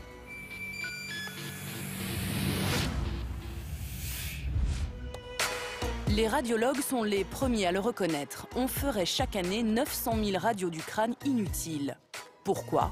Parce que cette technologie est en grande partie dépassée. Il y a des actes qui sont là pour rassurer les patients. La radio du crâne, c'est un exemple, mais c'est un bon exemple. Les médecins disent qu'aujourd'hui, si on veut vraiment voir la situation d'un traumatisme, un scanner permet d'apprécier beaucoup plus l'étendue des dégâts qu'une radio qui permet de ne pas voir grand-chose. Et pourtant, ça coûte encore 30 à 40 millions d'euros par an à la sécurité sociale. Que des médecins disent eux-mêmes, on le fait parce que ça rassure les patients, on montre bien qu'on n'est plus dans l'acte purement médical, on n'est plus dans l'acte de soigner.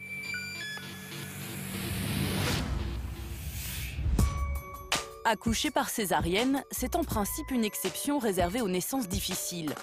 Pourtant, en 30 ans, le taux de césarienne en France a doublé, de 11% en 1981 à 21% en 2012. Or, non seulement cela coûte de 15 à 20% plus cher, mais c'est plus dangereux pour la mère. Alors, pourquoi privilégier à ce point cette manière d'accoucher ? La poussée des césariennes, il y a plusieurs facteurs qui l'expliquent. Il y a effectivement une demande des patients. Il y a beaucoup de femmes qui préfèrent accoucher par césarienne parce que c'est moins douloureux, c'est plus confortable, entre guillemets. Ça, c'est la première chose. La deuxième chose, c'est aussi parce qu'on sait qu'une césarienne, ça, entre guillemets, rapporte plus à un établissement qu'un accouchement naturel. Et donc, est-ce qu'il n'y a pas des établissements qui poussent un peu les césariennes? Il n'est pas normal que dans certains hôpitaux de province, on soit à 5% de taux de césarienne et que dans certaines cliniques de l'Ouest parisien, on soit à 40%. Et puis, il ne faut pas être hypocrite. On a, dans certains établissements, on le sait, des médecins qui préfèrent les césariennes parce qu'ils savent exactement quand est-ce qu'ils vont intervenir plutôt que des accouchements qui peuvent arriver, je le redis, en pleine nuit ou en plein week-end, à des moments où peut-être on a envie de faire autre chose. Certaines choses méritent plus d'attention que d'autres. Ces affiches font la promotion de la Journée nationale d'information sur une mesure qui semble essentielle, le dépistage des cancers de la prostate. La prostate, c'est cette glande de l'appareil génital masculin, ici en rouge, juste sous la vessie. Son cancer tue environ 8700 personnes par an. Il est très fréquent chez les hommes âgés. Mais le dépistage a des inconvénients. Il peut entraîner certains actes médicaux qui ont des effets secondaires. Alors, est-il vraiment nécessaire de le conseiller systématiquement ? La plupart des organismes internationaux disent que le dépistage est inutile arrivé à un certain âge. C'est-à-dire qu'on sait que chez les hommes de plus de 75 ans, le dépistage de la prostate peut avoir plus d'effets négatifs que, j'allais dire, le cancer lui-même. C'est-à-dire qu'on peut provoquer, par l'acte de dépistage, on peut provoquer des effets qui sont négatifs. Or, en France, les hommes se font dépister en moyenne à 71 ans. Un âge où les risques commencent à prendre le pas sur les avantages. Mais comment expliquer cela aux patients? Et comment décider de l'âge limite pour le dépistage du cancer de la prostate? On voit bien aujourd'hui qu'effectivement, on est dans la recherche d'un équilibre entre ce qui doit être la prévention même si on sait que parfois l'acte préventif peut être lui-même générateur d'effets secondaires qui, in fine, peuvent amener plus de nocivité que si on s'était abstenu. Mais c'est très compliqué comme débat. Radio, dépistage, accouchement, 3 secteurs parmi d'autres où se pose la même question. Ne faut-il pas réduire des actes médicaux qui coûtent cher et dont l'efficacité est sujette à caution?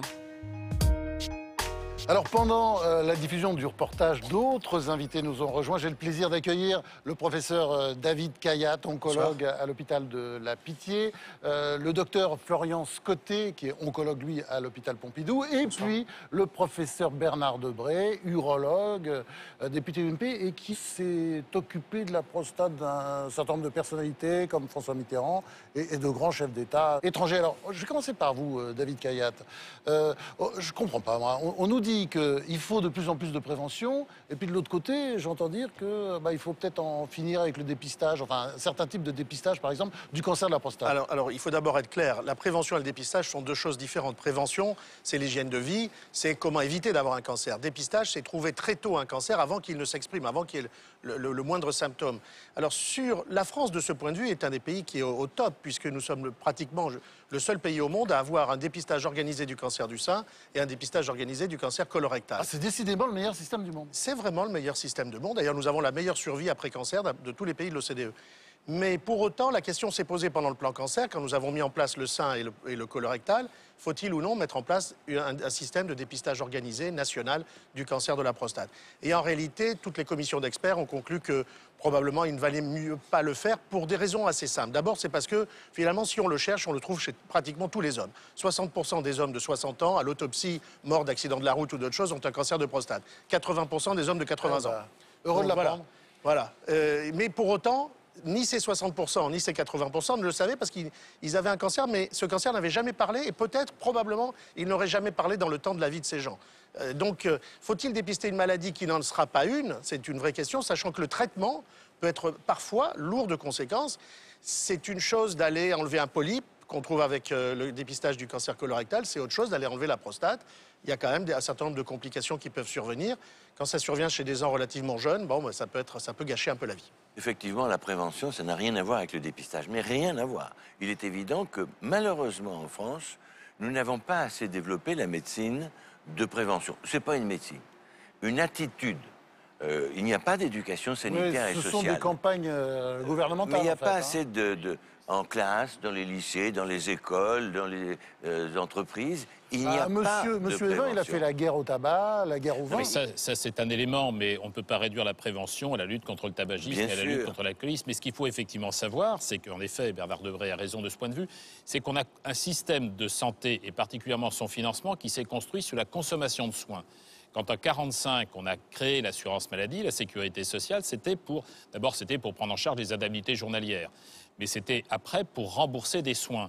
Et tout le financement de la santé porte sur la consommation de soins et on ne dépense quasiment rien sur la prévention. Et c'est là qu'il faut effectivement, non pas inverser les choses naturellement, mais au moins tenter de rééquilibrer. Surtout que toutes les nouvelles maladies sont des maladies dégénératives et des maladies chroniques où on pourrait faire beaucoup de prévention pour éviter justement qu'elles ne dégénèrent et qu'elles ne deviennent chroniques. Ceci étant, on parlait beaucoup d'actes inutiles. Alors je crois effectivement qu'il faut bien regarder de quoi parle-t-on. C'est vrai qu'il y a des actes inutiles et plusieurs exemples ont été montrés. De plus en plus, quand même, ce qu'il faut savoir, ce qu'il faut que les téléspectateurs sachent, c'est qu'il y a des guides de bonne pratique qui sont édités. Alors naturellement, le médecin, il est libre de déterminer lui-même la prescription, l'indication thérapeutique en fonction de ce à quoi il est confronté. Mais il y a quand même de plus en plus un guide des professionnels qui permet d'éviter qu'il y ait trop d'actes inutiles, comme cela a été montré tout à l'heure. Vous, les cancérologues, vous avez aussi une nouvelle façon de traiter le cancer de la prostate, c'est-à-dire à partir d'un certain âge, vous n'y touchez pas, contrairement à ce qui se passait avant, où on opérait, aujourd'hui on regarde, on suit... Il y a des critères qui permettent de définir une population de patients chez qui on peut rester très attentif, ce qu'on appelle watchful follow-up, c'est-à-dire une surveillance armée. On va surveiller avec justement ce fameux dosage sanguin très régulièrement. Mais ce n'est pas uniquement une question d'âge. Donc vous laissez ces cancéreux, en fait, vivre tranquillement avec leur cancer. La preuve est donnée qu'ils vivent aussi longtemps que ceux qu'on a traités. Le paradoxe, mais voilà des c'est économies. C'est pas un problème d'économie. C'est un problème d'éthique. Et c'est un de médecine. Il y a quelques dizaines d'années, quand on ne faisait pas ces dépistages, il y avait un certain nombre de cancers qui n'apparaissaient jamais parce que, d'une part, les Françaises et les Françaises mouraient plus jeunes et n'avaient pas le temps de développer un cancer. Donc on ne s'en apercevait pas. Et d'autre part, comme on ne faisait pas de dépistage, on n'allait pas à la recherche d'un petit cancer de la prostate.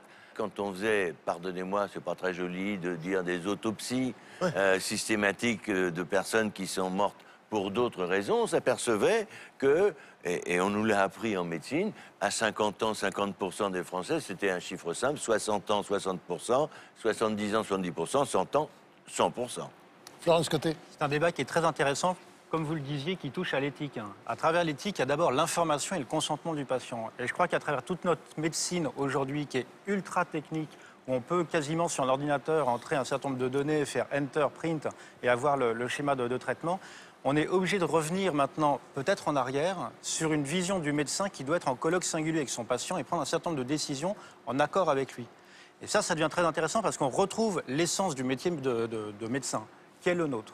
C'est-à-dire de parler les yeux dans les yeux avec un patient, d'être capable de le prendre en charge, de le faire venir à sa table de consultation, de lui exposer les faits, d'être capable de l'informer correctement, c'est-à-dire soi-même d'avoir bien compris l'état des lieux, d'avoir un langage suffisamment vulgarisé pour qu'il le comprenne, et à ce moment-là, avec une bonne connaissance des choses, qu'on puisse ensemble prendre la décision d'un dépistage singulier, d'un traitement singulier, et puis éventuellement d'un arrêt des traitements également quand ça survient.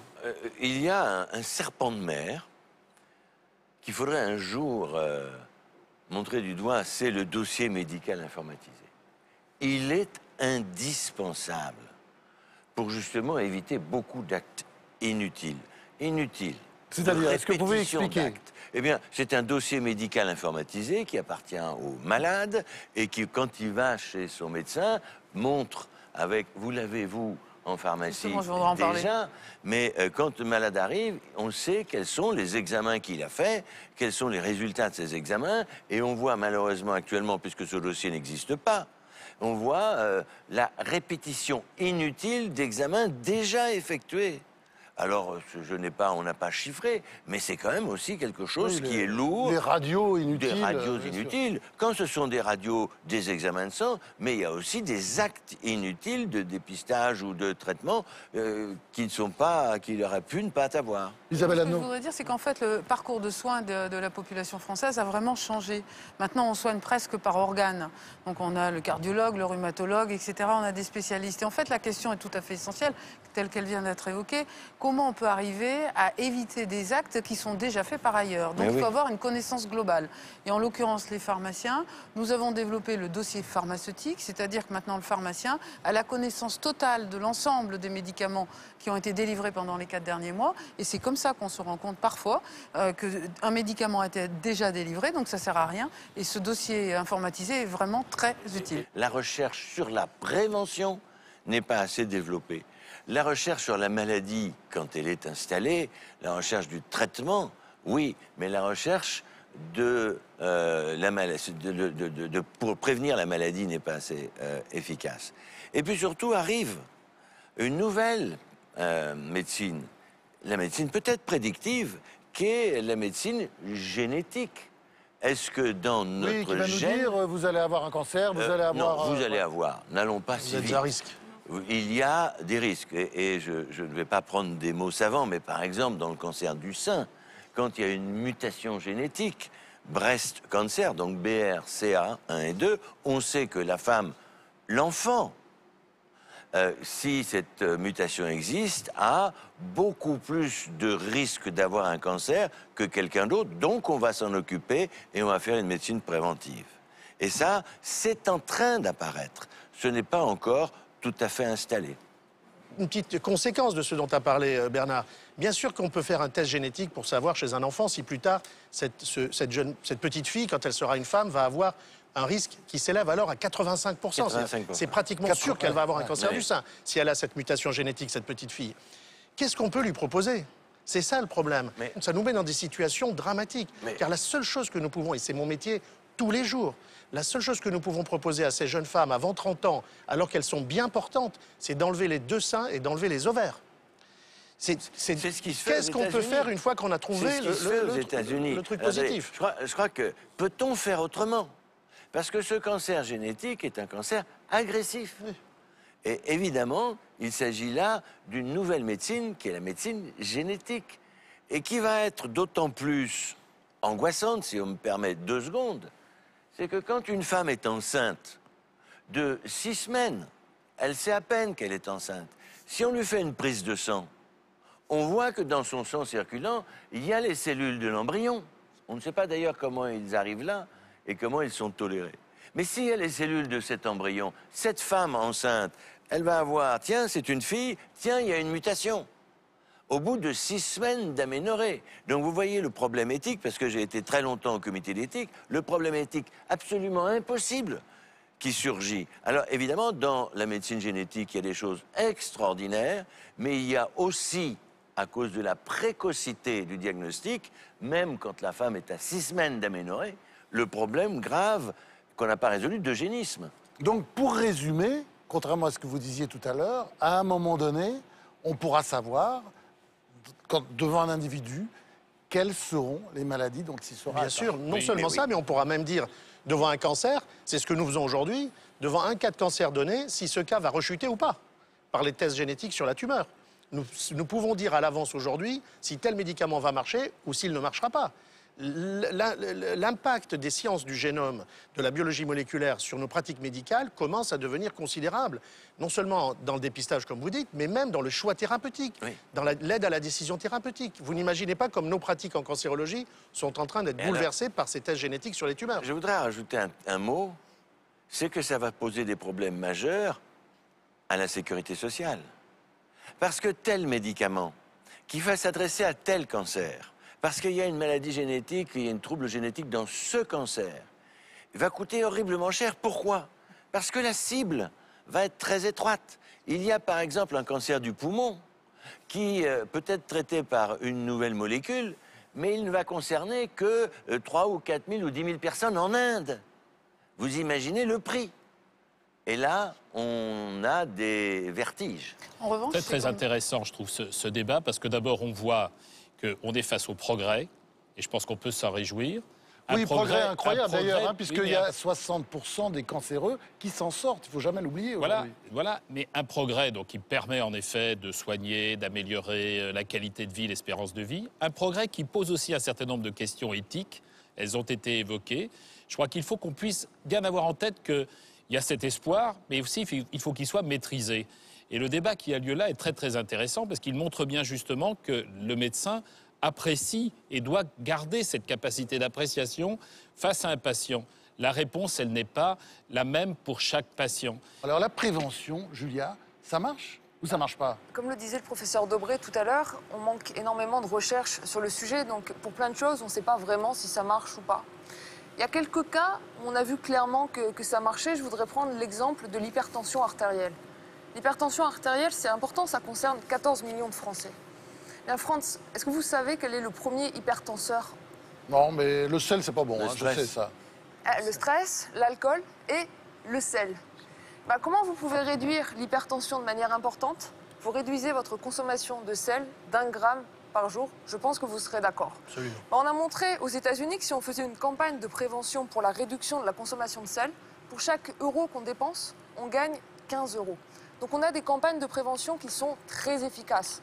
C'est pareil pour la lutte contre l'obésité. Un rapport récent de la Cour des comptes a montré que si on faisait moins de pubs sur les programmes télévisés destinés aux enfants, pour les produits trop gras, trop salés, trop sucrés, eh bien on réduisait la consommation de sucre et donc l'obésité chez les enfants. Bon, malheureusement, ça ne marche pas toujours et l'exemple le plus frappant en France, eh bien, monsieur Evin, malheureusement, c'est le tabac. Vous allez voir s'afficher ici le pourcentage de fumeurs en France depuis 1975. La première grande loi anti-tabac en France, elle date de 1976 et c'est la loi Veil. C'est la première à interdire la publicité et à obliger à mettre sur les paquets de cigarettes la notion de abus dangereux. Et on voit qu'elle a un effet très faible sur le pourcentage de fumeurs et que ce pourcentage remonte immédiatement dès le milieu des années 80 au-dessus de 40%. Et puis la seconde loi, monsieur Evin, c'est la vôtre, c'est la loi Evin de 1981. 2011 qui interdit notamment de fumer dans les transports et dans les lieux communs, sauf si on est en zone fumeur. Eh bien, à nouveau, elle a quand même eu un effet relativement faible sur la diminution du pourcentage de fumeurs, puisqu'il se maintient en France bien au-dessus de 30%. Alors en 2003, on a interdit la vente de cigarettes aux moins de 16 ans. En 2009, on a interdit la vente de cigarettes aux moins de 18 ans. On a mis la mention « fumer tue » sur les paquets de cigarettes. On a aussi interdit en 2007 de fumer dans les bureaux. On a multiplié les mesures de prévention contre le tabagisme. Et la courbe, elle reste plate. Ce n'est pas des mesures de prévention, ce sont des mesures d'interdiction. Ce sont des mesures d'interdiction. Ils jouent un rôle en matière de prévention. Les moins de 16 ans et les moins de 18 ans. Mais oui, M. Debré, si vous regardez la partie bleue, par exemple, de la courbe, la partie bleue de la courbe, ce sont des augmentations systématiques du prix des cigarettes. Donc ce n'est pas de l'interdiction. On a augmenté systématiquement depuis 20 ans le prix des cigarettes et malgré ça, on ne fait pas baisser la consommation de tabac.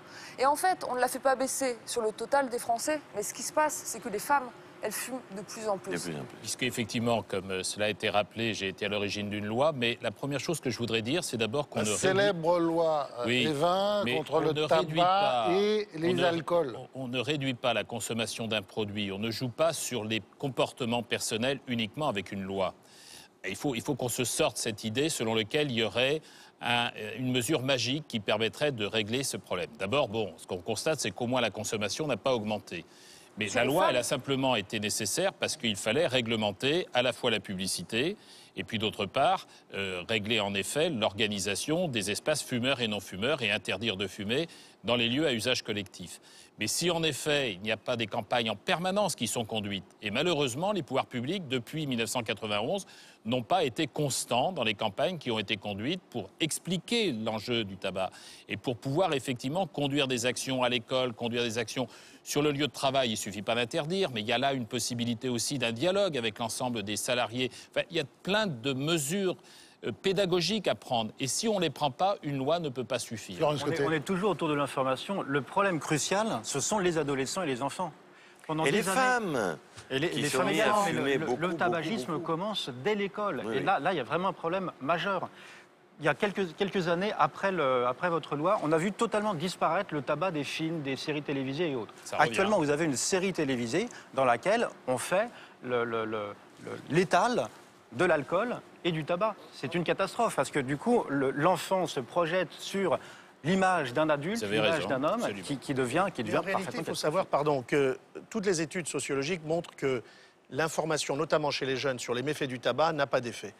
Pourquoi? Parce que quand on a 16 ans ou 15 ans, au moment où on commence à fumer, on ne sait pas qu'est-ce que ça veut dire mourir, on ne sait pas qu'est-ce que ça veut dire d'être bronchite chronique plus tard. Oui, on dit toujours les mêmes conneries d'ailleurs, de toute façon on va mourir, de toute façon... Voilà, les jeunes, ils n'ont pas conscience de ça, vraiment. Par contre, la seule chose qui marche, alors toutes les études dans tous les pays l'ont confirmé, c'est l'augmentation brutale du prix du tabac. C'est pas d'augmenter de 6% par an, comme ça a été fait dans les toutes dernières années. C'est de monter brutalement. Pourquoi il y a enfin une descente à partir de 2003? C'est qu'en 2003 et 2004, dans le cadre du plan cancer, on est passé de 3 € à 4 € et de 4 € à 5 €. Ça, en 2 ans. Il y a eu 120 000 fumeurs en moins. Et là, récemment, parce qu'ils ont augmenté de nouveau le paquet, on a encore de nouveau une baisse de la consommation de cigarettes. Par contre, le problème, c'est que nous dépensons dans tout ce que nous faisons pour lutter contre le tabagisme, des sommes qui sont dérisoires au regard des sommes que dépense l'industrie du tabac pour convaincre les populations les plus fragiles de fumer. Il faut savoir une chose, c'est que quand on arrive à convaincre les hommes qu'il vaut mieux moins fumer, ils vont chercher des fumeurs chez les femmes ou chez les enfants. On a une médecine curative, on n'a pas une médecine préventive. D'abord parce qu'elle n'est pas payée. L'acte de prévention n'est pas payé. À partir de ce moment-là, eh bien évidemment, quand on est médecin, on fait des actes payés, c'est-à-dire des consultations et un traitement médical. Il faut savoir, en Ile-de-France, par exemple, la consommation de soins, si vous voulez, pris en charge par la sécurité sociale, c'est à peu près 31 milliards d'euros. Les actions de prévention qui sont identifiées comme actions de prévention. C'est 1%, à peine 1% de ces 31 milliards d'euros. Donc vous voyez la distance, la différence qui existe. Et pour les raisons, en effet, qu'on a tous indiquées ici, que Bernard Debré vient de reprendre, c'est-à-dire qu'on a une consommation de soins, on a une médecine curative, c'est ça qui déclenche le financement. Et il faut effectivement de plus en plus que nous ayons une médecine préventive qui soit effectivement rémunérée. Oui, ce serait d'ailleurs une bonne façon de faire des économies, hein, la prévention. Il y a un secteur où il y a sans doute des économies à faire aussi, c'est celui des médicaments. Et de ce point de vue, On pourrait peut-être s'inspirer de nos voisins. Non seulement nous sommes les champions du monde de la consommation de médicaments, mais en plus, nous sommes les mauvais élèves en matière de génériques. En 2011, les génériques représentaient seulement 22% du marché des médicaments en France, et c'était un chiffre en baisse par rapport à l'année précédente. Le bon élève en matière générique, ce sont les Pays-Bas. Marianne Tavenek est allée comprendre sur place comment ça marchait. On regarde.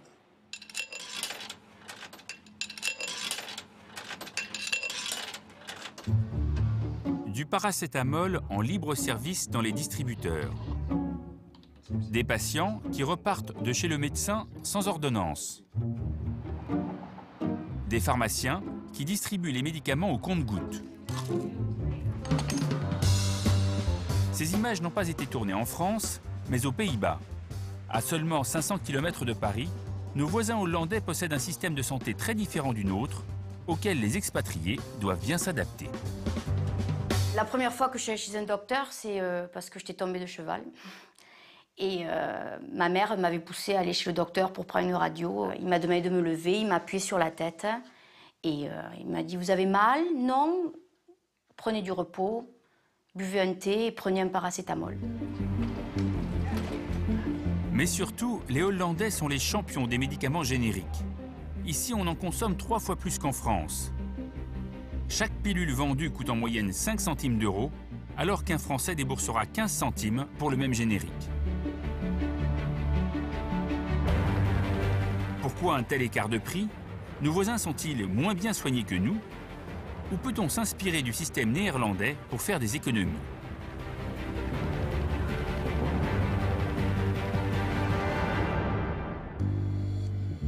Il y a 30 ans, pourtant, les Hollandais faisaient plutôt figure de mauvais élèves. Leurs dépenses de santé augmentent alors de près de 7% par an et leurs médicaments sont 2 fois plus chers qu'en France. Pour faire des économies, le gouvernement mise alors sur de nouveaux produits qui viennent de faire leur apparition sur le marché, les génériques. Des médicaments moins chers que leurs équivalents de marque, mais tout aussi efficaces.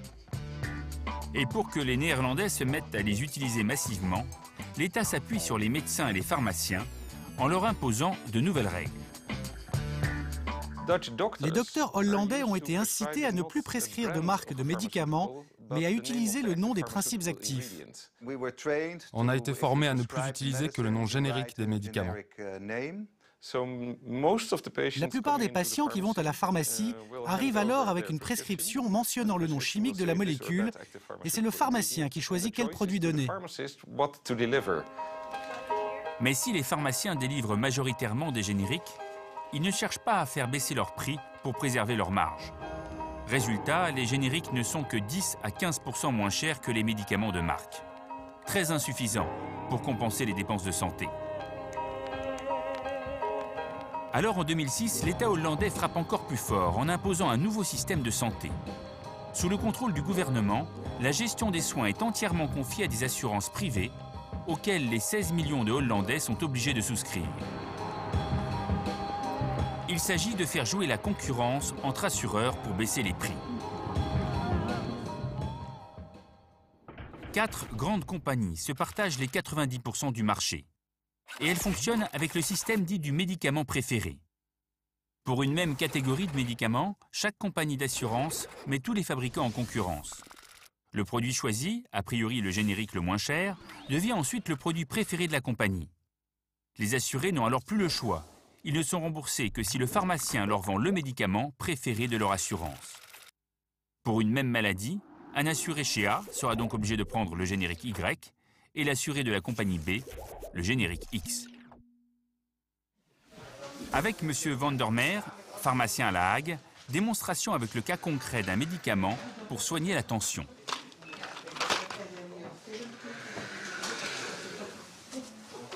Alors, par exemple, nous avons 2 différentes marques génériques, un de Milan et un de Sandoz, et le médicament est pareil. Et ça, c'est pour une assurance qui s'appelle Mensis, et ça, c'est pour une assurance qui s'appelle VGZ. Cette politique du médicament préféré a fait baisser le prix de certains génériques jusqu'à 90%. Pour le système de santé hollandais, c'est une excellente opération financière. Mais pour les patients, cette pratique a tout de même un inconvénient.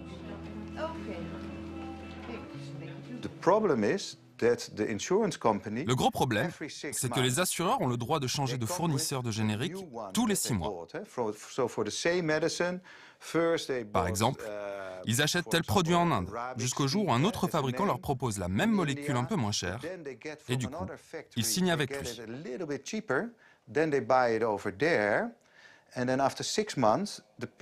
Seulement, même si le principe actif reste le même d'un producteur à l'autre et que le nom ne change pas, la forme ou la couleur, la taille ou l'aspect des pilules, elles peuvent changer.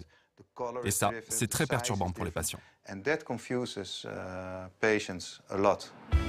Sur le plan médical, a priori, il n'y a aucun risque à passer d'un générique à l'autre. En revanche, le fait de changer constamment de pilule ou de posologie peut être un réel inconvénient pour certains patients. Ça donne des risques, bien sûr. C'est dangereux, spécialement parce que les gens qui utilisent beaucoup les médicaments sont des gens âgés.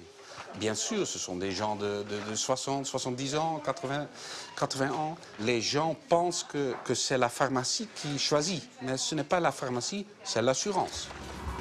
Un désagrément qui ne fait guère le poids face aux 1,5 milliard d'euros d'économies réalisées ces 10 dernières années grâce à des politiques offensives en matière de générique. Et des économies de santé, les Hollandais ont toujours cherché à en faire, à commencer par la chasse au gaspillage. Ici, le pharmacien délivre les pilules à l'unité. On prend la boîte et on prend les médicaments qui sont nécessaires et c'est tout. Pour cet antibiotique, par exemple, il faut prendre 3 comprimés par jour.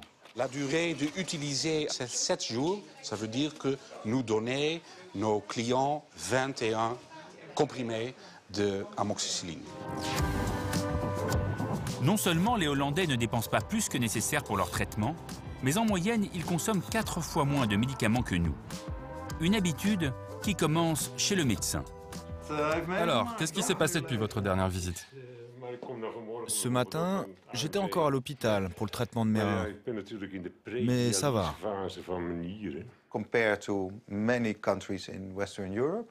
Comparé à la plupart des pays d'Europe, nous, on essaie de freiner la consommation de médicaments.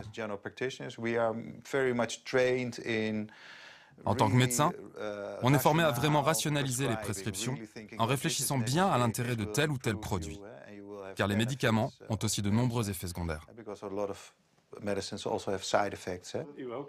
Et c'est ainsi que 6 patients sur 10 repartent même sans ordonnance, alors que cette situation n'arrive quasiment jamais en France. C'est comme ça.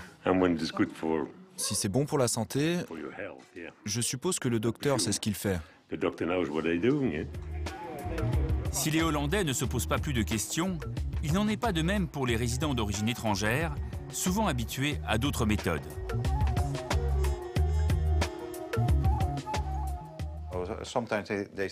Parfois, certains veulent absolument des médicaments.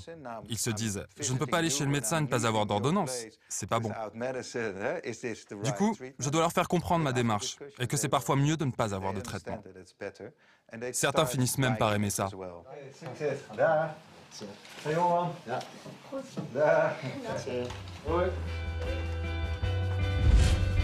Florence, installée aux Pays-Bas depuis 15 ans, est mariée à Michel, un Néerlandais. Elle a dû s'adapter aux différences entre nos deux systèmes.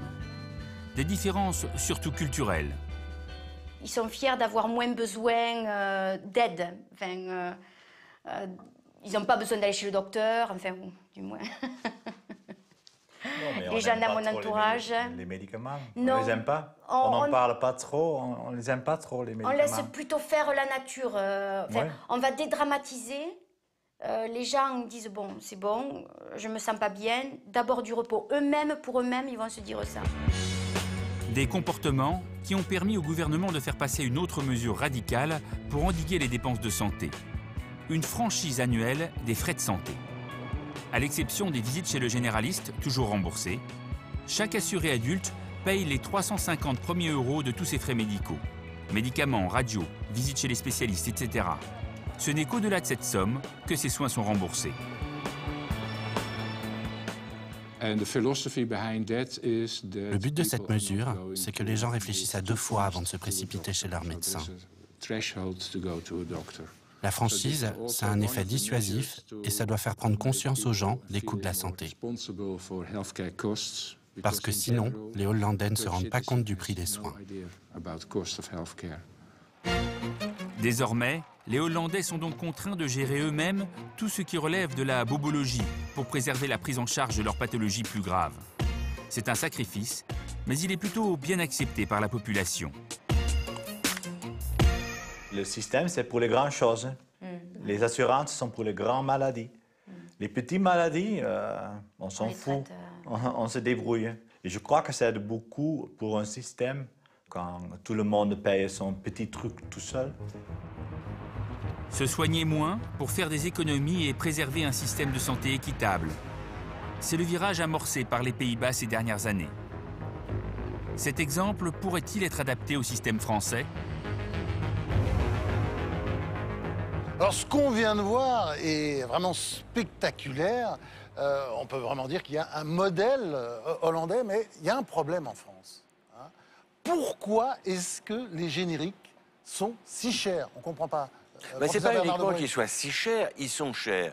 Mais le fait, c'est que pendant des années... Ils sont beaucoup plus chers qu'ailleurs. Ils sont plus chers qu'ailleurs, mais pourquoi pendant des années et des années, on a pris des médicaments qui étaient des médicaments qui n'étaient pas génériques? Et il est très difficile. Pourquoi? Mais parce que, pardonnez-moi de le dire, je ne suis pas obsédé, il y a une part de responsabilité d'un certain nombre de laboratoires pharmaceutiques qui font... vous les aimez pas, vous, les laboratoires. Hein, mais non, mais vous les aimez pas, hein. D'abord, je voudrais prendre la parole parce qu'à force d'entendre l'industrie pharmaceutique tellement attaquée, il faut quand même aussi dire que c'est une fierté de nos entreprises, de la France. Fierté nationale. Une fierté nationale, que ça contribue pleinement au rayonnement, même au niveau mondial. Et que la France... les molécules ne sont pas françaises, alors arrêtez. Attendez, laissez-moi finir s'il vous plaît. Je vais rétablir certaines vérités parce que souvent... vérités. Non, je vais rétablir certaines vérités. Laissez-moi prendre la parole 5 minutes parce que quand même, la France est le 3e pays européen fabricant de médicaments. Alors, ce que je voulais dire par rapport aux génériques... Ce n'est pas vrai. Quels médicaments fabrique-t-il? La France... Aujourd'hui, lorsque vous prenez, laissez-moi parler s'il vous plaît, lorsque vous prenez des médicaments génériques en France, vous avez actuellement 60% qui sont faits sur le territoire français et 40% qui sont faits en Europe. Ce qui est important, c'est que les Français aujourd'hui, puisqu'on est là aussi pour parler économie, n'acceptent pas ou difficilement le générique. Et là, j'ai apporté une ordonnance que j'ai eue moi-même dans mon officine il y a à peine quelques temps. Et quand vous voyez que sur l'ordonnance, il est indiqué ici en bas, ne pas accepter de générique chinois. Comment voulez-vous que le pharmacien, après, puisse expliquer la chose? C'est les matières premières de tous les médicaments, et pas que des génériques, qui viennent de partout. C'est la mondialisation, en tout cas le prix du générique. Regardez, j'ai une boîte devant moi, peu importe. J'ai pris au hasard tout à l'heure dans mon officine 1,88 € pour 30 comprimés. Celle-ci, cette autre boîte, 1,72 € pour 30 comprimés. Je suis allée acheter, en venant tout à l'heure, un paquet de chewing-gum. Ce paquet de chewing-gum, le chewing-gum, c'est plus de 15 centimes d'euros, alors que le comprimé ici, c'est moins de 5 centimes d'euros. Alors je veux bien qu'on dise que les médicaments est cher. D'ailleurs, ce n'est pas l'industriel qui fixe le prix. Et ce qui a été dit tout à l'heure, c'est exact. En Hollande, ça marche par appel d'offres. En France, ça ne fonctionne pas comme ça parce que ce n'est pas le payeur qui fixe les prix et c'est tout à fait important de rappeler. Je voudrais dire quand même, il faut ramener les choses à la réalité. Les dépenses de médicaments en France, c'est 19% des dépenses de santé, 20%. Ça diminue. Et ça diminue. Ce qui coûte vraiment cher, là où il y a à faire des économies, c'est là où tout est investi, c'est-à-dire 70% dans le système de soins. Qu'est-ce qu'on va gagner? Bien sûr qu'il faut faire des économies avec les génériques. Non, mais il faut le faire partout. De combien? Mais je veux dire, quand on va améliorer de 10% ce qu'on fait, ça va faire 1,9% des dépenses. Quand on fait 10% de l'autre côté... ça 80 milliards. Voilà, ça fait quand même, il faut le dire. Et puis, il y a aussi un autre système, c'est que dans ces pays-là, comme l'Angleterre ou la Hollande, les malades sont sur des listes attachées à un certain médecin. Et il est extrêmement difficile, il est possible, mais extrêmement difficile pour eux de changer de liste et de changer de médecin. Donc, si un médecin essaie de leur dire non, mais je sais que vous voulez des comprimés comme ça, mais je vais vous donner des génériques, le malade a tendance à rester. Dans notre système, même s'il y a un médecin référent, mais qui est quand même, on ne va pas le contester, beaucoup plus libéral, si un médecin dit « mais madame, écoutez, je vous promets, le générique, c'est aussi bien », si cette patiente, elle n'a pas envie du générique, elle va voir le médecin d'à côté. Mais il y a un problème de fond. Vous venez de montrer un paquet de chewing-gum que tout le monde reconnaît, rien qu'à sa couleur, à sa présentation. Je vous mets au défi d'avoir une personne de 80 ans capable de reconnaître son médicament. Ça, c'est un problème de fond. Ça, c'est un Parce problème. que les noms ne sont pas connus par les patients. La forme, la couleur, comme ça a été dans le reportage, ne sont pas reconnus par le patient. Donc on a des erreurs en termes de médication. La loi a changé depuis décembre 2012. Oui, maintenant, les génériques peuvent faire même couleur, même forme déjà, même taille et même goût. Mais c'est vrai que c'est complexe. Et le fait de fonctionner par appel d'offres, comme ça a été fait là, fait que justement le gros problème, c'est que les personnes sont désorientées parce que les médicaments changent. Et c'est un vrai problème. En attendant, on en bouffe du médicament en France, Julia. Hein, on adore ça. 443 € par an et par Français de dépenses en médicaments. Oui. C'est énorme. Le seul pays qui fait mieux que nous, ce sont les États-Unis qui dépensent 679 € par habitant et par an en médicaments. Donc 443 €, c'est presque 100 € de plus que les Pays-Bas, c'est beaucoup plus que la Suède, c'est beaucoup plus que le Royaume-Uni. Mais parce qu'on a des médicaments pour tout. Et aujourd'hui, quand on va consulter, on a le nez qui gratte, on a l'oreille qui coule, et ben on veut avoir un médicament pour ça, parce qu'on est dans une société de confort, une société qui était relativement riche. Et on espère avoir une réponse. Donc on a des médicaments qui sont proposés pour ça. Tant mieux. Maintenant, effectivement, ça a un coût. Alors, comme c'est dit dans le reportage, est-ce que les traitements de confort doivent être remboursés ou pas? Est-ce qu'ils doivent être pris en charge par le patient lui-même? Ça, c'est une question de fond. Non, mais je crois que la médecine, les médecins ne sont pas assez formés à la thérapeutique. Et je crois que c'est reconnu, le nombre d'heures d'enseignement thérapeutique est faible. Il ne faut pas oublier que le premier rôle du médecin est de diagnostiquer une maladie et après de passer un traitement. On passe des études de médecine à apprendre le diagnostic. Après, le problème de fond, c'est peut-être le lien qui existe avec le pharmacien. On n'a peut-être pas suffisamment d'échanges avec nos pharmaciens qui, eux, sont des professionnels du médicament, donc de la thérapeutique, de façon à avoir un échange par rapport à ces... Il y a des médecins prescripteurs. Et donc, il y a une demande des patients qui a effectivement été évoquée, mais il y a quand même des médecins prescripteurs. Et donc l'éducation des médecins prescripteurs est absolument une priorité dans l'enseignement universitaire. Il y a aussi le phénomène des pharmaciens prescripteurs, Isabelle Adno. Oui, ça se développe. Ça, et ça, c'est avec le phénomène de l'automédication, d'ailleurs. Enfin, les gens qui se font leur propre petite pharmacie. Oui et non, parce que même, en fait, le métier de pharmacien change terriblement dans le monde entier. Et en fait, vers quoi Avant, le pharmacien fabriquait lui-même, l'apothicaire. Après, il a délivré les médicaments. Et maintenant, de plus en plus, d'ailleurs, nos honoraires vont changer. Là, ils sont en train de changer. Et de ne plus être attachés à la marge du médicament en ce moment. Donc, ça n'aura plus rien à voir, en fait. Et on se dirige de plus en plus par utiliser les compétences, les connaissances des 7 ans d'études d'un pharmacien. Je ne parle pas du rôle du pharmacien prescripteur. Le médecin reste prescripteur. Oui. Et ça, pour ma part, j'entends qu'on le garde. C'est votre rôle, entièrement. Par contre, je parle du lien qu'il peut y avoir avec le pharmacien. Dans notre discipline, dans un certain nombre de centres, on a ce lien étroit au lit du malade. Et je prends un exemple, par exemple à Reims, où le pharmacien fait la visite avec les médecins et va travailler autour des interactions médicamenteuses. C'est-à-dire qu'il y a un rôle de conseil et d'échange. Ça devient intéressant. Et là, la prise de conscience est faite par le médecin qui va prescrire les médicaments sur sa liste en disant, effectivement, avec le pharmacien qui lui dit, là, tu as tel ou tel problème, là, on se remet en cause en termes de prescription. Là, c'est une démarche pédagogique Dans qui devient votre spécialité, la chimiothérapie par voie orale, on se rend compte que des personnes, pourtant pour des pathologies les plus graves, ne prennent pas leurs médicaments. Le rôle du pharmacien est justement de pousser je crois que ça pose vraiment le problème plus général du rapport des Français avec leurs médicaments. Oui. Ils ont franchement, il y a un vrai problème. Ils l'aiment, ils le détestent, ils adorent avoir une prescription, mais en même temps, ils ne les consomment pas. Les armoires à pharmacie sont pleines. Nous, même dans des spécialités, vous avez raison, on a fait des observatoires pour voir si les malades atteints de cancer avec des métastases, des maladies très graves, on ne peut pas trouver plus graves. On leur prescrit des chimiothérapies ambulatoires, c'est-à-dire des comprimés à prendre à la maison. Mais il y a un nombre invraisemblable de malades qui ne les prennent pas parce qu'ils se sont trompés, mais parce qu'ils se disent c'est quand même chimique, c'est pas bon. Non, alors ils ont acheté le médicament qui vaut cher, ils le gardent dans la pharmacie. C'est très compliqué. Il y a vraiment beaucoup d'éducation autour de ça, mais c'est très difficile cette éducation du patient, c'est-à-dire du citoyen, car avant d'être un patient, l'éducation, il faut le faire chez quelqu'un qui est encore sain.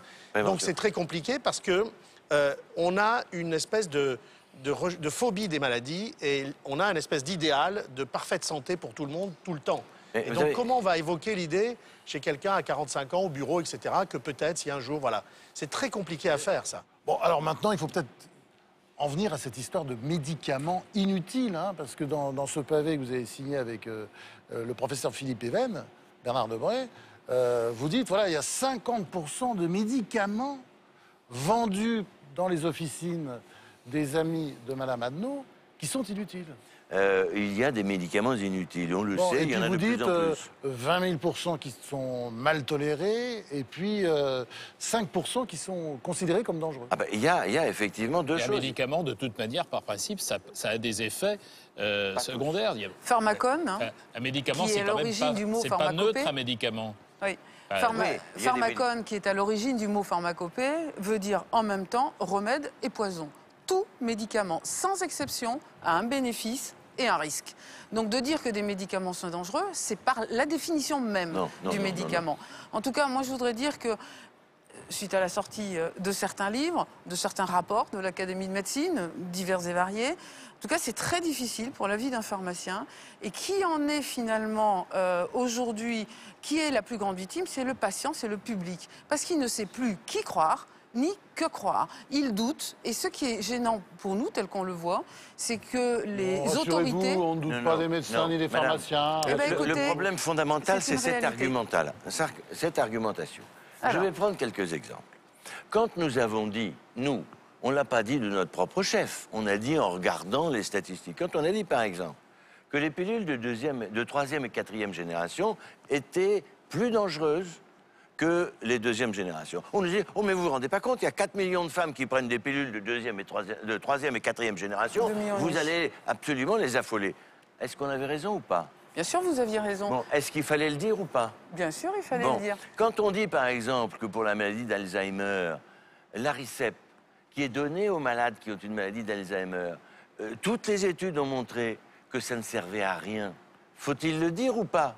La question, c'est la manière de le dire. Parce que dans la tête des gens, en ce moment, il y a un doute. Et quand ils ont eu un médicament qui a été prescrit par son médecin pendant des années, du jour au lendemain, ils découvrent dans un livre, il ne sert à rien, il est inutile. C'est quand même et c'est les pousser où vous avez une chez les charlatans. responsabilité qui nécessite en effet que l'on mesure la manière d'expliquer les choses. Voilà. Ah non, mais attendez, je vais simplement répondre à Claude Evin. Nous avons écrit un livre qui s'appelait « Avertissement aux médecins, aux malades et aux élus » en 2002. Personne ne l'a lu. On disait la même chose. En 2004, on écrit « Savoir et pouvoir, le médicament ». Personne ne l'a dit, on disait la même chose. Et puis tout d'un coup, on écrit ce livre et il a un succès. Pourquoi? Parce qu'en ce moment, on parle beaucoup de médicaments. Il y a le Mediator qui est arrivé par là. Parce qu'il y a le Vioxx, parce qu'il ne faut pas oublier, le Vioxx est un anti-inflammatoire. Le Vioxx a été porté au nu et les laboratoires qui l'ont fabriqué ont eu un prix, le prix Galien. Il a été le médicament le plus prescrit, c'était la révolution. 40 000 morts aux États-Unis.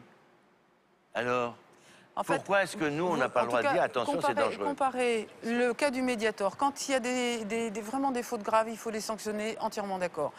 Comparer le Mediator avec les contraceptifs de 3e et 4e génération, c'est impossible. Si on prend une notice de 3e et des contraceptifs de 3e et 4e génération, tout est marqué dedans. On le sait depuis les années 60 et 70. Ça a été étudié, les États-Unis, le Danemark, beaucoup d'études, le BMJ, tout le monde l'avait dit. Donc on ne peut pas comparer la chose. Simplement ce que je dis, c'est dans votre livre, dans un livre, mais chacun a le droit d'écrire bien évidemment et s'exprimer. C'est la manière de dire les choses, les conséquences sur la population, c'est vraiment important. Voilà. Alors est-ce qu'il y a d'autres moyens de se soigner sans médicaments? L'Académie de médecine a reconnu un certain nombre de médecines, alors on appelle ça médecine complémentaire, alternative, justement, pardonnez-moi, nouvelle, l'Académie de médecine s'est opposée à ce qu'on utilise le terme de médecine pour ce qu'on appelle donc les médecines complémentaires. Mais ce n'est pas des médecines complémentaires, c'est des thérapies complémentaires, ça n'a rien à voir avec la médecine. Mais qui dit quand même, il faut peut-être regarder de plus près l'acupuncture, le tai chi, etc. Des méthodes que vous utilisez, vous? Des méthodes qu'on peut utiliser dans notre discipline parce qu'elles apportent en complément des traitements de la maladie un bénéfice et un soutien aux patients. Bon, alors ces pratiques, vous allez nous expliquer ce qu'elles sont, Julia Cagé, donc l'acupuncture, le tai chi, racontez-nous. L'ostéopathie, l'hypnose, en fait, il y en a 4 différentes qui ont été mises en avant dans le rapport de l'Académie des sciences. Donc la première, c'est l'acupuncture qui nous vient directement de la médecine traditionnelle chinoise et qui consiste à prendre des aiguilles et à les planter dans le corps du patient pour se servir au mieux des énergies qui circulent dans le corps. Je dis ça sous votre regard vigilant de médecin. La deuxième, c'est l'hypnose. Vous savez, l'hypnose qui nous vient tout droit des psychothérapeutes, cette idée qu'en vous regardant comme ça, je peux vous faire vous endormir et qui peut nous servir. Ça, dans le rapport de l'Académie des sciences, par exemple, il est souligné que ça peut être utile dans la lutte contre le tabac pour arrêter de fumer ou que ça peut aussi aider à perdre du poids. Alors, je ne veux pas vous interrompre, mais l'hypnose que nous utilisons, moi il y en a dans mon service, dans le sien, c'est pas une hypnose qui endort, c'est une hypnose qu'on appelle ericksonienne, c'est-à-dire c'est une hypnose du dialogue.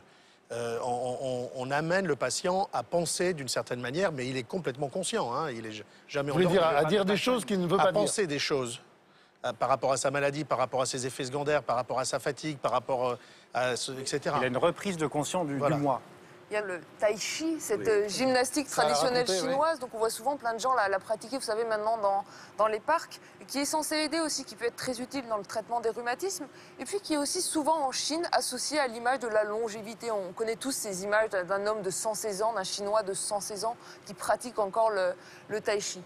Et puis c'est pas pour ça qu'il a 116 ans. Ah, bah c'est ce qu'il dit. Il dit que ça lui a permis d'aller jusqu'au bout, mais c'est pas prouvé, c'est pas prouvé. Et puis alors, la dernière médecine non conventionnelle, eh bien, c'est l'ostéopathie. Donc cette idée qu'en manipulant les os directement, en fait, on peut lutter contre certaines douleurs. Ce qui est frappant, c'est à quel point ça s'est développé très rapidement ces dernières années en France. Nous, on a trouvé quelques chiffres sur les ostéopathes. En 2010, il y avait 11 600 ostéopathes en France. Aujourd'hui, il y en a 19 400. En France, aujourd'hui, on a un ostéopathe pour 10 généralistes. Alors, à ce moment de l'émission, je voudrais parler de 2 livres. Il y a d'abord ce guide des 4000 médicaments des professeurs Even et Debré, qui a fait beaucoup de bruit aux éditions du Cherche-Midi. Pourquoi ça fait ce scandale, un tel scandale? Ben écoutez, on l'a dit tout à l'heure, nous avons dit un peu fortement un certain nombre de vérités. Ce qui gêne qui? Ce qui gêne les médecins, et je comprends parce que je suis moi-même gêné. Quand on prescrit depuis des années un médicament et qu'on vous dit, attention, ce médicament n'est peut-être pas adapté, c'est très difficile d'aller voir le patient et lui dire, vous savez, je me suis peut-être trompé. Alors évidemment, on a mis un coup de pied dans la fourmilière avec un peu de force et c'est un peu génétique chez moi. Eh bien oui, c'est vrai. Mais est-ce que c'était utile? Je le crois. Ça a permis aussi de mettre un peu d'ordre dans la chaîne d'autorisation de mise sur le marché des médicaments et des prix. Et puis un autre livre passionnant du professeur Bernard Debré, Des savants et des dieux, où vous montrez que la science et la religion peuvent parfois être d'accord. Et un livre alors très touchant, professeur David Kayat. Alors David Kayat, c'est De larmes et de sang, le titre de ce livre, et vous racontez de manière très personnelle votre expérience de médecin, et on voit ce rapport très particulier que vous avez avec le patient. C'est un beau livre. Je raconte 30 ans de consultation et 30 ans de concubinage avec la mort, en fait, parce que ce que moi je traite dans mon service, c'est une maladie vraiment mortelle, extrêmement dangereuse, et la notoriété fait que vous n'avez plus que des cas extrêmement difficiles et avec des pronostics extrêmement sombres. Moi, je veux dire, quand j'étais chef de clinique, jeune, je guérissais probablement plus de mes malades que je n'en guéris aujourd'hui. Donc, cette confrontation, ce qui se joue dans ce cabinet de consultation entre ces deux humanités qui se font face à face pour être côte à côte, en fait, avec la vie et la mort au milieu, cette préparation que le malade a mis avant de venir me voir, parce que c'est le professeur, parce qu'il attend de moi des choses que probablement je ne pourrais pas lui apporter. Et donc, je raconte comment il est important de respecter ce malade, parce que ce qu'il nous confie, c'est ce qu'il a de plus cher, c'est sa vie. Comment c'est important d'essayer de le comprendre, de l'entendre, d'entendre ce qu'il ne dit pas, de regarder la transpiration de ses mains posées sur la table, de regarder ses vêtements neufs, pour comprendre à quel point tout ce qui se passe est important. Et c'est un livre à la fois d'espoir, en tout cas c'est comme ça que j'ai voulu le faire, et puis en même temps c'est un livre de transmission, c'est-à-dire c'est là pour expliquer aux gens, aux internes, aux médecins, Voilà, il n'y a pas que du savoir médical, c'est rien, il a dit Florian. On appuie sur un bouton, on a le protocole. C'est savoir-être, savoir se comporter, savoir éteindre son téléphone quand on parle avec un malade. On voit que vous vivez en fusion avec vos malades, c'est vrai pour les Ça fait uns et les 35 ans que je fais ce métier, ça fait 23 ans que je suis chef de service, je veux dire, j'ai vu mourir des milliers de malades, j'ai vu des centaines, des milliers de malades me confier leur vie, et aujourd'hui, c'est vrai que j'ai senti le besoin de le raconter un petit peu. Et quand ces malades meurent, c'est une tragédie pour vous, enfin, on voit vous pleurer. Quand le matin, la première chose que je fais en arrivant, c'est de faire des mots pour les familles de ceux qui sont morts la veille dans mon service. Je veux dire, imaginez le reste de la journée. Et bien sûr qu'on peut être amené à pleurer avec des larmes ou au fond de soi. C'est simplement immensément difficile. Parce que c'est la vie et la mort, parce que c'est des milliers de gens, parce que ça ne s'arrête jamais et que vous n'avez jamais le temps de récupérer. Alors, De larmes et de sang, un superbe livre de David Kayat aux éditions Odile Jacob. Merci à vous, merci à tous ceux qui nous ont suivis. Merci à mon ami Jean-Pierre Côté et à Mathieu Schwartz qui ont préparé cette émission. Pour réagir, débattre et poser vos questions, vous pouvez vous rendre sur le site de l'émission sur france3.fr, sur notre page Facebook ou sur Twitter, LMAF3 pour le Monde d'après. On se retrouve le mois prochain pour une nouvelle édition du Monde d'après. Bonsoir.